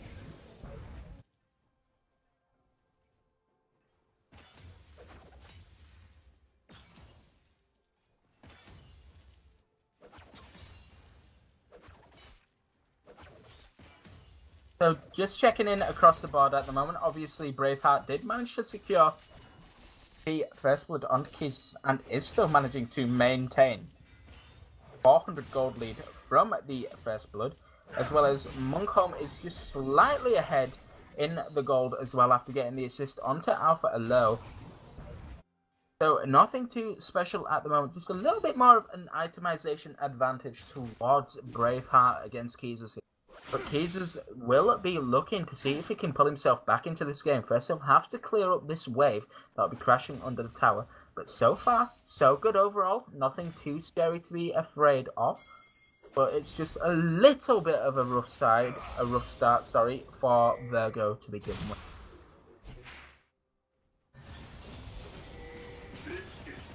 Now, I am going to see Rectus pulling out the pulling here, getting very aggressive onto Beta Bennett, and he has been hit with the concussive blows. The heal coming out very, very late there. It was too much as the Ignite came down half the amount of healing, and Rectus was able to just straight up 2v2 Beta Bennett and Lollipop in the bottom lane, and it's not a good start for SRG Virgo. Very unlucky there that Braum picked up the kill instead of Lucian. But a kill is a kill, so it's very good for the team there. Very good way to start off your game. Nevertheless, now Rectus knows he has the advantage in a 2v1 there and can afford to play aggressive against Lollipop, who will be chilling out in this bottom lane on his own, but he will have the support of Alpha Alo and Beta Bennett if they choose to stay around. Oh no, he's back in a warded bush. Oh, there we go. Like, we're getting a little bit of aggression into the top lane. Monkholm was there, but Keys, who did have quite a big wave here, as soon as he saw Braveheart moving forward onto him regardless of the size of the wave, he must have known immediately that the... Sorry, I've just noticed the vision ward there for Keys in the top lane, so he did see him coming up regardless. It wasn't just a very good smart play based on the creeps and the aggression around him. We're starting to see some of that aggression as well coming out from the Kassadin. Yeah, we are seeing some of the aggression coming out right now. In Your Face has gotten very aggressive onto Monkholm, but Van Borgson is here, but Keys is here as well. So is Alpha Alo now. This is a 3v2, and they're in the wrong jungle here, but now they're being met by Braveheart as well. This is going to be straight up 3v3. In Your Face flashing forward, but Braveheart does jump in as well. Glacial Prison coming down onto Alpha Alo, and it looks like that's just going to be all the disengage you need. That was a very good collapse from Hydra right there, just to make sure his team were going to be able to get out nice and safe without giving up any kills, especially onto the jungler who you want to be getting ahead.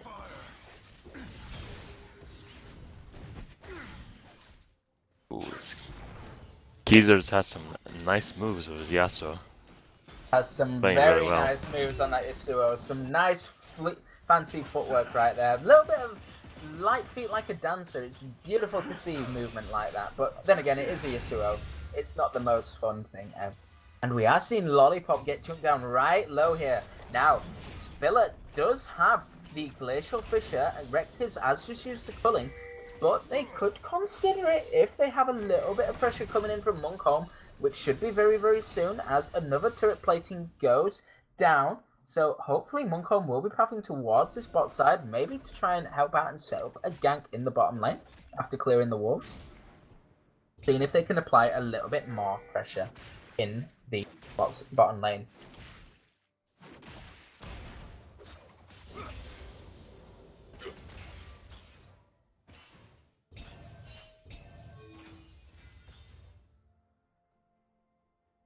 Yep, they're rotating for it. Yep, we are seeing both junglers now chilling out on the bottom side of the map. They're just Hydra are just going to secure themselves the Rift Scuttler and start setting up the vision around this Ocean Dragon. 11 minutes into the game. A little bit late for my liking in terms of focusing on getting yourself that first dragon, but these are two tanky junglers with two very snowbally bot lanes at different points in the game, so it's nice to see a little bit of patience and respect coming out from both sides. Now Hydra have some really solid vision up and around this dragon, so now all they have to do is get Rectors to make sure that they can keep the bot pushing in their favor without being collapsed on by Alpha Elo, and then this can open them up for the dragon, as Van Borgsen should still have mid priority with his pushing as well, and this should be a very nice clean Ocean Dragon going over.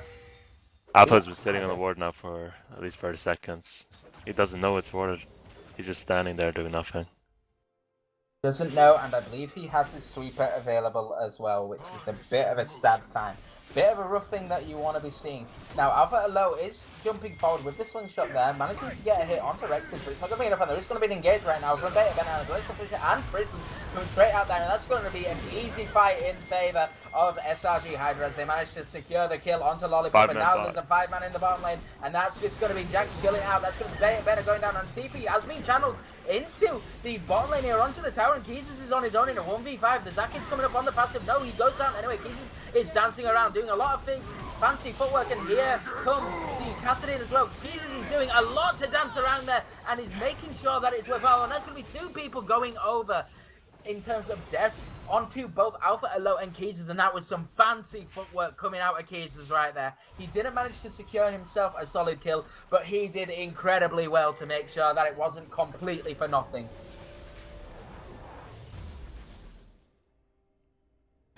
That was a very nice bait from Hydra there.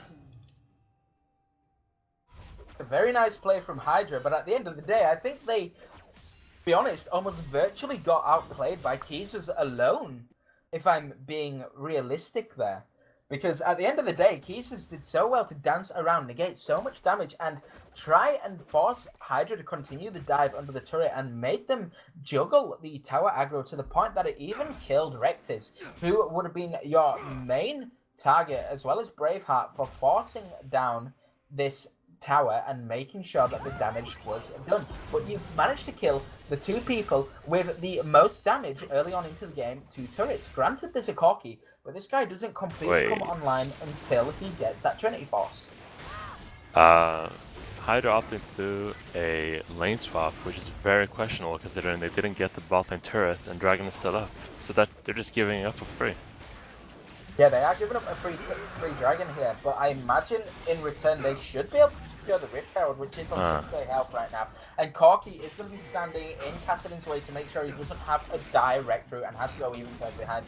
So granted, they're giving up a dragon and some pressure in the bottom lane. I think overall it was a wise decision, because that bottom lane tier 1 is almost ready to go down from Virgo. It's almost ready to drop, with Braveheart now being aggressive. In your face is in the bottom lane, and now he's at a 2v1 being knocked up and silenced by the Cassadin and this Zack combo. The Aftershock is broken, he's being slow. Braveheart does manage to jump away onto a minion. The slow doesn't quite connect far in your face, but here comes the silence again. Alpha Elo's slingshot should be almost up. He's trying to buy time, and the Rift Walk just there to secure it. But at the same time, Rift Herald has been used in the top lane, and that should just be a free tower in the top lane. First turret should be now confirmed on the side of SRG Hydra, and they've taken a turret from almost full HP to nothing, and now they've still got a bot lane tier 1 that is almost dead as well. Lollipop's getting very aggressive here, but he's being caught out. He manages to get away, but now Benjamin is caught out, stunned up by the passive there. Culling is going down, he's eating a full Culling, and Rectors is just going to be able to secure the kill there.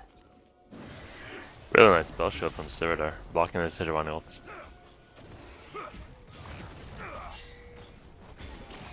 So good to see. Now we're seeing Alpha Elo come in and get very, very aggressive with the slingshot there. Just enough to defend the tower. He doesn't want to go too hard to commit there. He just wants to make sure that his team can save the tower without giving up way too much in return.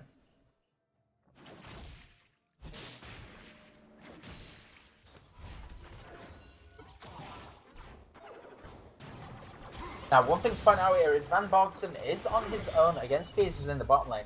And specifically speaking, I do not like playing as a Corki into a Yasuo. early game it's not so bad, but around this level 11 point, where the Yasuo starts to get a second point into the ultimate and does have at least one completed item, it can get a little bit scary for Corki, because if you spend all your time and resources focusing on clearing the wave and pushing, the Yasuo is going to be able to jump onto your backside and do some damage.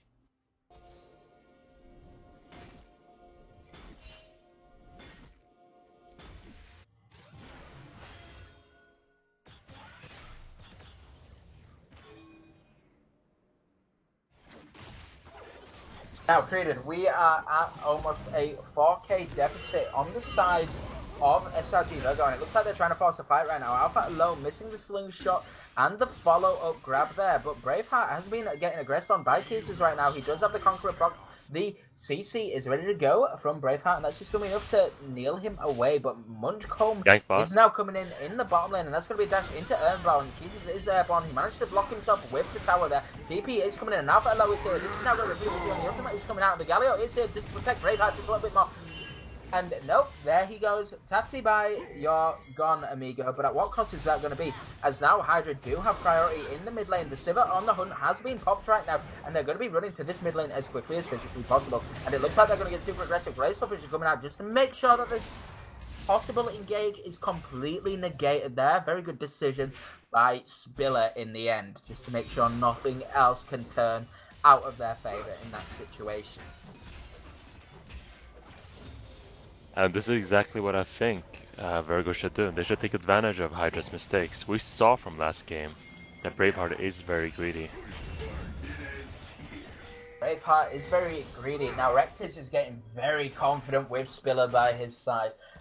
All it would have taken there was to get a tiny bit closer and hopefully having the Winter's Bite connect there.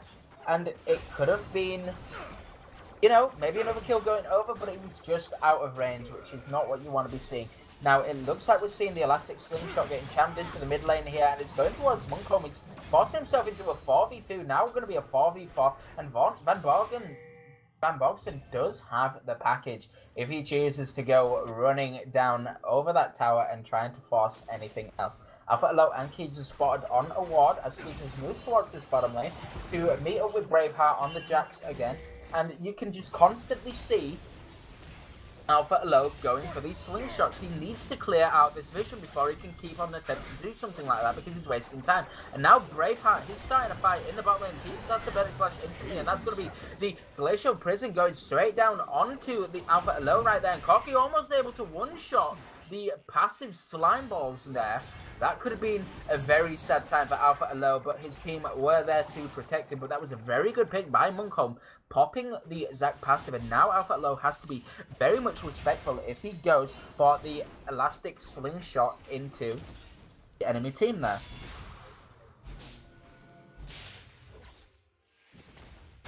Lucian picking up the Team Virgo's red buff as well. Now it's a free dragon. Free dragon, that's a free red buff. We are at a 4k gold lead at the moment. 2 towers to nothing. All in favour as SRG Hydra. And this Lucian is starting to get very, very strong. He's going towards that Black Cleaver second item. And he's just going to be able to tear through this Galio, through this Zac that I want him to be tanking for the team. And it's just not going to happen at this point in the game. We're only 20 minutes in. And it is getting very much as a lose situation for Virgo. But I do like the audacity they have to try and force more plays this time. Alpha Low is more confident on this Zac with the slingshot. He has more creative pathing. But without that passive, he's got to be very cautious about jumping into the enemy team's face. Right now in the chat they're talking a little bit about the build path of Kassadin, pointing out that he should have perhaps bought Ninja Tabais instead of those Citadel boots, and I completely agree. If you look on the side of Hydra, they have 3 auto-attacking based champions, you know, Jax, Lucian, Corki, so Tabais would have been a great buy. Definitely agree there. Definitely, I think Tabais would have been a great buy, but at the same time, I also think he could have been a little bit better off with maybe the Mercury Treads as well, just because of the amount of slow and CC coming out on the side of Hydra. It wouldn't have been the worst of decisions. Nevertheless, In Your Face is 3-1-0, carrying 75% of the team's kills. He has a shutdown gold on his head. He's down in farm, but at the same time, he's still got more gold than any other player on his team. He's got almost double the amount that his support has, and he should be looking to scale up and become a serious carry. Now, Monkholm has been caught out, but as he has Alpha Low gets very aggressive, and we're going to see the hero sentiments coming in from Galio here. Betaban are not able to get any form of knockup, and we're just going to be able to see a couple of flashes burned, and everybody runs away with their tails between their legs. Team Virgo is relying pretty heavily on this Cassidy right now, so it is important that he builds well. Oh, now Alpha Low has been caught on a wall there, instantly stunned up by the Glacial Prison and the Fisher just to follow as long as the stun comes out from the Winter's Bite too, and that was just an instant delete because you didn't have the passive, no time to react with a flash or anything like that, or even channel the ultimate to go unstoppable, so you couldn't be CC'd. It was a split-second reaction, and he didn't see it coming, which is a bit of a shame, and you just have to applaud that down to SRG Hydra's vision control. They did so well to set up that pick right there.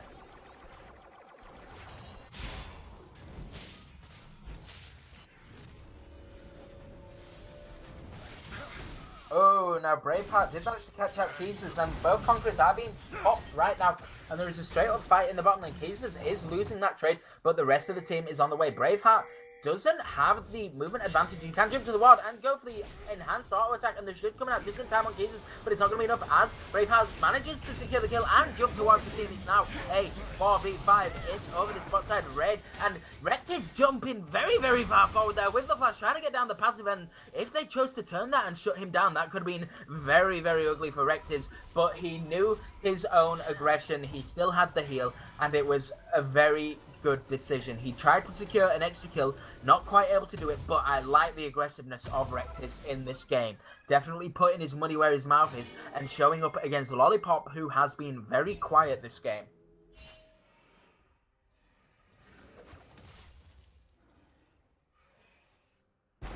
I think Keezer should be looking to group up now. It's going to be hard dealing with the... Oh, we're going to see an engage onto Braveheart, the slingshot connecting, and that's going to be a silence as well onto Jackson. That should be a chilling smite and another secure kill onto this castle win.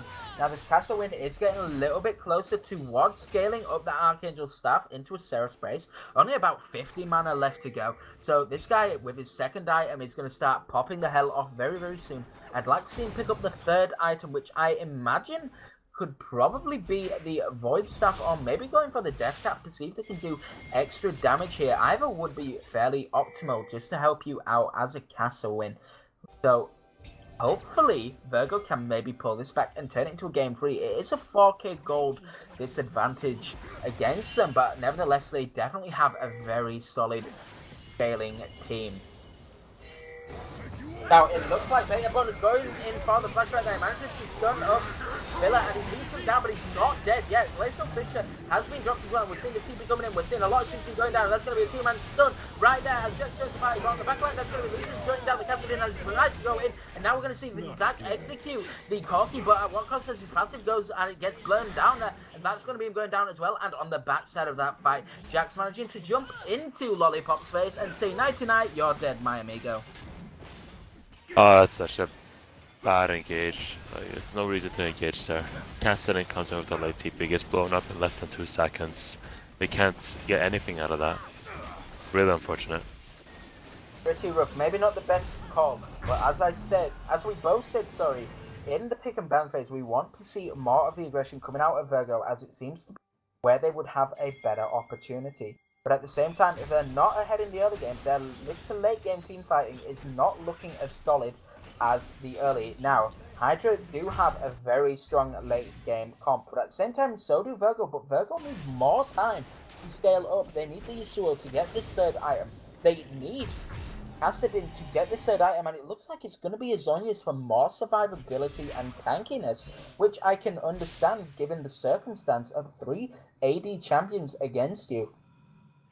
But at the same time, we're now seeing after those resets, SRG Virgo have 2 pink wards and they're both set on Alpha Elo, whereas the entire team of Hydra all have 2 pink wards each. They're set on 10 pink wards and 2 sweepers at the moment, and they are absolutely dominating in terms of vision control, and this is just some very clean League of Legends.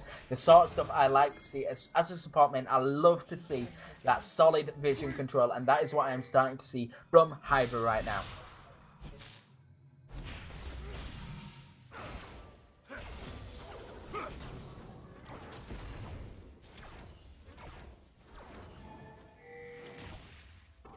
Once again, Alpha Alo chilling out in his usual spot on the bush there. So we have about 1.5 minutes or so left on this Baron buff, and we're seeing a Siege coming in onto this mid lane tier 2. Now, Monkholm manages to just get the Glacial Prism, with everything coming down, but it's going to be way too late as the Glacial Prism comes down as well. That's going to be a sewer ultimate, but it's not going to be enough. They're just too tanky. Monkholm is going to go down to the Savage Shot, and he tries to secure another kill there, but Spiller is turning this around. Lollipop is getting really strong here. One more auto onto the Braum. It should do it. The Q doesn't quite reach. It does, in fact, but now it's a 3v1 in the mid lane as Jax tries to secure a kill on In Your Face, but it's not going to be enough. The Zonya's coming in super clutch there, and that is a 2 for 4 in favor of Virgo, and they have just completely turned this around.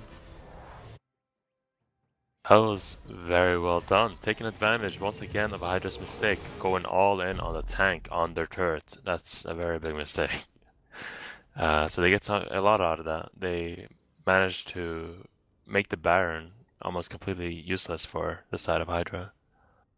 Practically useless. However, Braveheart does still have the Baron buff for another 60 seconds or so. He can try to lead a wave in towards this bottom tier 2, but he is going to be facing against a Kassadin that is getting very close to that level 16 mark. So now, even though he won't win the fight in a 2v2, 1v1, sorry, at the level 15 mark, once it goes to level 16 and you have that extra point in your ultimate, that Riftwalk, this Kassadin is going to be very scary considering Braveheart has 0 magic resist.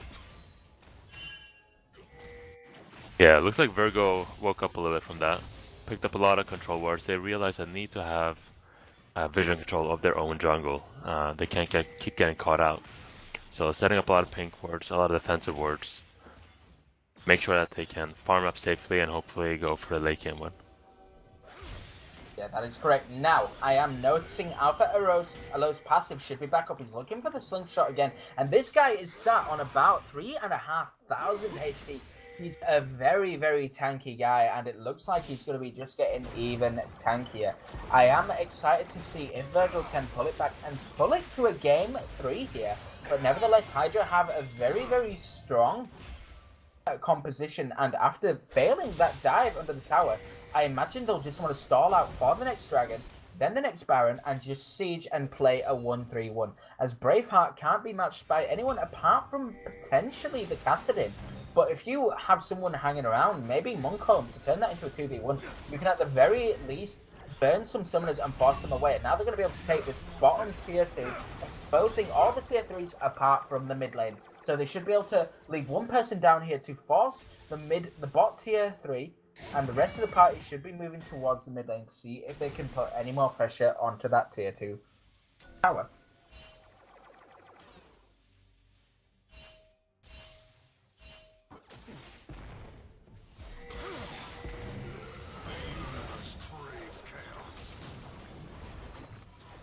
Right, we are up to the almost 50k gold mark on Virgo. This is the point, 30 minutes into the game, where gold starts to mean less and less, and it comes a lot more down to the champions you are playing, how you execute your game plan. We are 30 minutes in, we're going to see a slingshot going forward on towards the AD carry, and Rectis just dashes away instantly, knowing, hell no, I don't want to be in the face of this Zac when he jumps forward, so being very respectful. But like I say, we're virtually at that 50k mark for Virgo. Hydra have already passed it, and gold is meaning less and less as the minutes go on, and the later this game goes, the stronger that Kassadin is going to get. Now, it looks like Monkholm is starting to disengage there with Alpha Low. The On The Hunt has been popped by Lollipop, and Jesus is going to get aggressive here, but he's going to be running straight into 4 people, and he chooses not to go for it. You want to be sending your Jax back into the bottom lane while he's level 16 and make sure he can try and deal with this Kassadin. But as soon as he goes 16, it's going to be a whole different ball game without any magic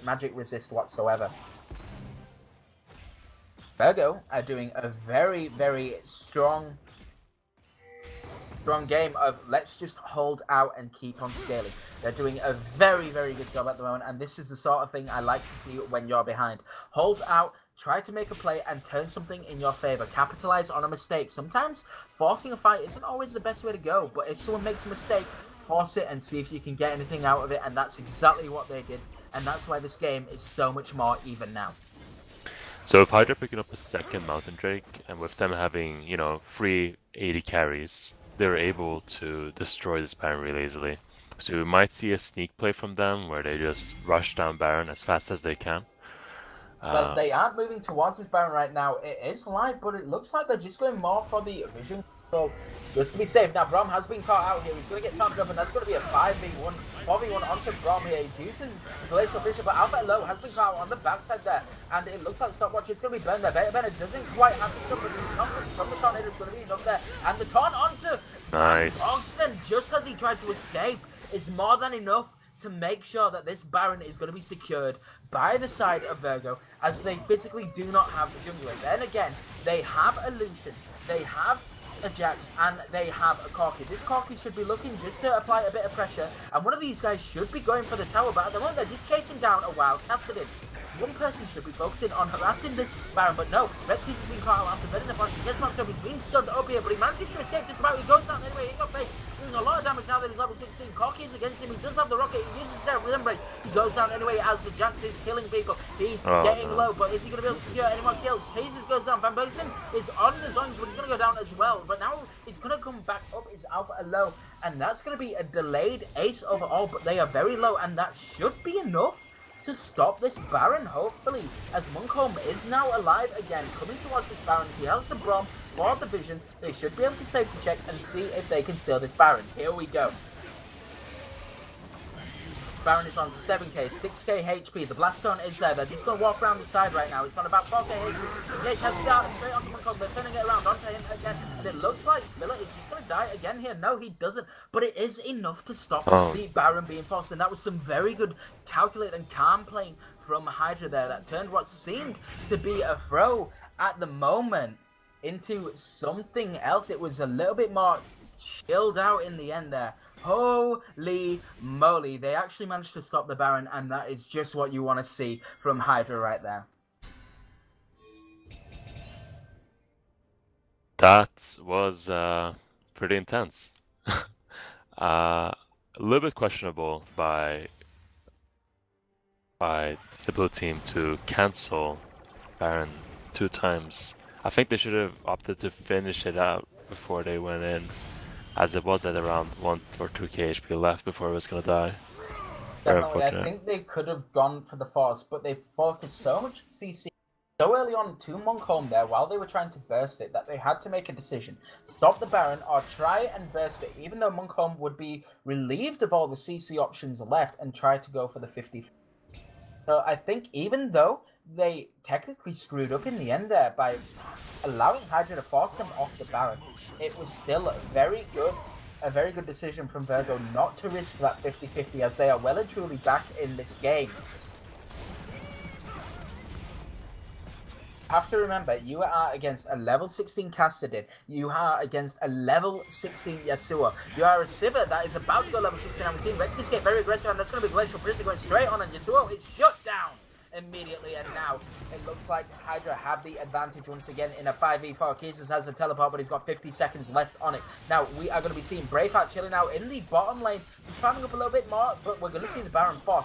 Now Alpha and Low is walking up here. Both junglers are level 14, but this Baron is going down so quick with the 2 Mana Dragon. That is 3k HP, and that's just going to be a secured Baron as the redemption comes down for the possible steal, but it's not going to be enough. And SRG Virgo just no, hell no, let's just not do this. It's not worth it.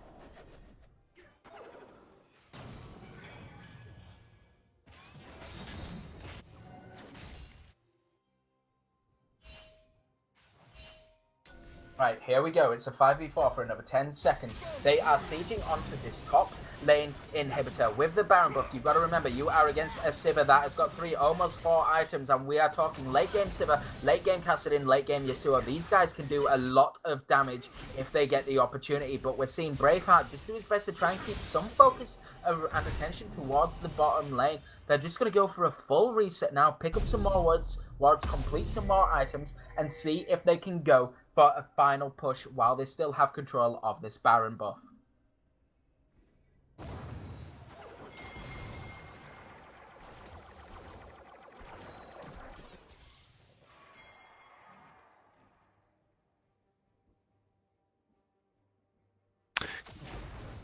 The goal lead is still sitting around 5k. gold lead is still sitting around the 5k mark. The Elder Dragon has spawned. Now Hydra have 2 Mountain Dragons, and that Elder Dragon has just been deleted. With a Lucian, with a Corki, with a Jax, that is something you don't want to see. You have 3 dragons empowered now for that additional 75 true damage per second on the bird. And this is going to be a very sad time for Virgo, but nevertheless, they can still hold out on the siege here.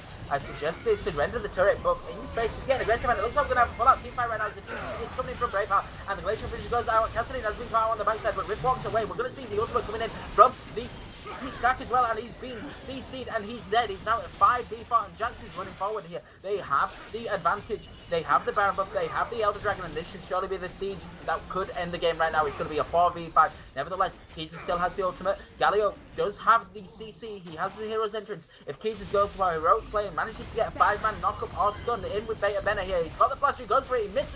He misses the flash taunt, and it looks like Corki's been chunked out on the side there, with Cassidy doing a lot of aggressive damage and actually helping keep his team in this game. Van Boxen does have the TP right now. He can TP straight back in. It looks like we're going to start another fight right now as Muncom gets caught up as well as a 2-man top, and we're going to see Keezus go straight on the 3-man ultimate, and it looks like Hydra are losing this game right now. Corki TP straight into the back of the fight. It's now a 2v2, and Rectis manages to kill the Cassidy in the end, and that's going to be an ace, but at what cost? Is Alpha Low is now respawning. If he can get to that cannon minion and stop this siege, that could be the end, but no, I don't think he's going to be able to do it. He's tried to stall his best. He flashes away, but it's not going to be over. That is a Nexus exposed, and that is just going to be SRG Hydra going in and winning this a straight up 2-0, and that was a very, very good job from SRG Hydra, going straight into the semi-finals against SRG Onyx, and what a game we are going to be in for in the semi-finals.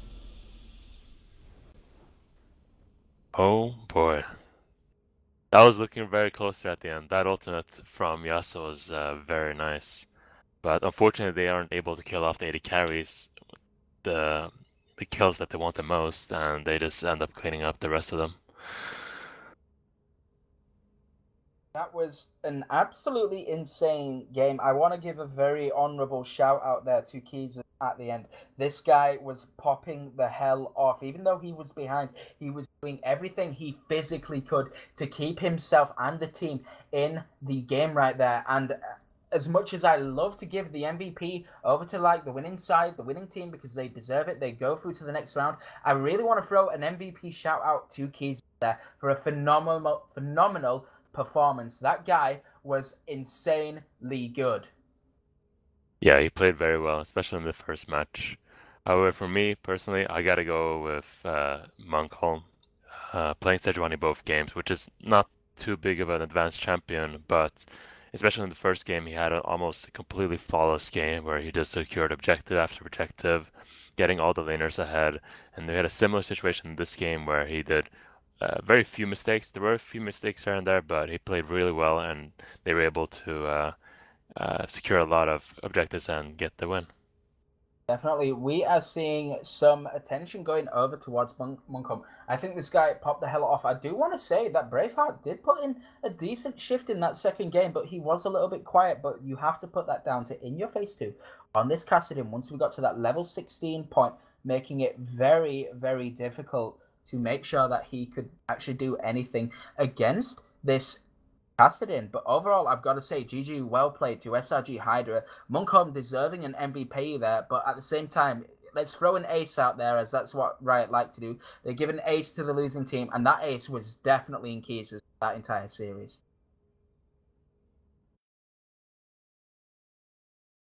Nevertheless, everyone, thank you ever so much for joining us tonight on SRG Serenity Gaming. It was me, the Fat Man, with Created as the colour, and a big shout out towards Colour Point for being for today. Thanks ever so much for watching, guys, and we will see you again same time tomorrow for the next quarterfinal game. See you soon.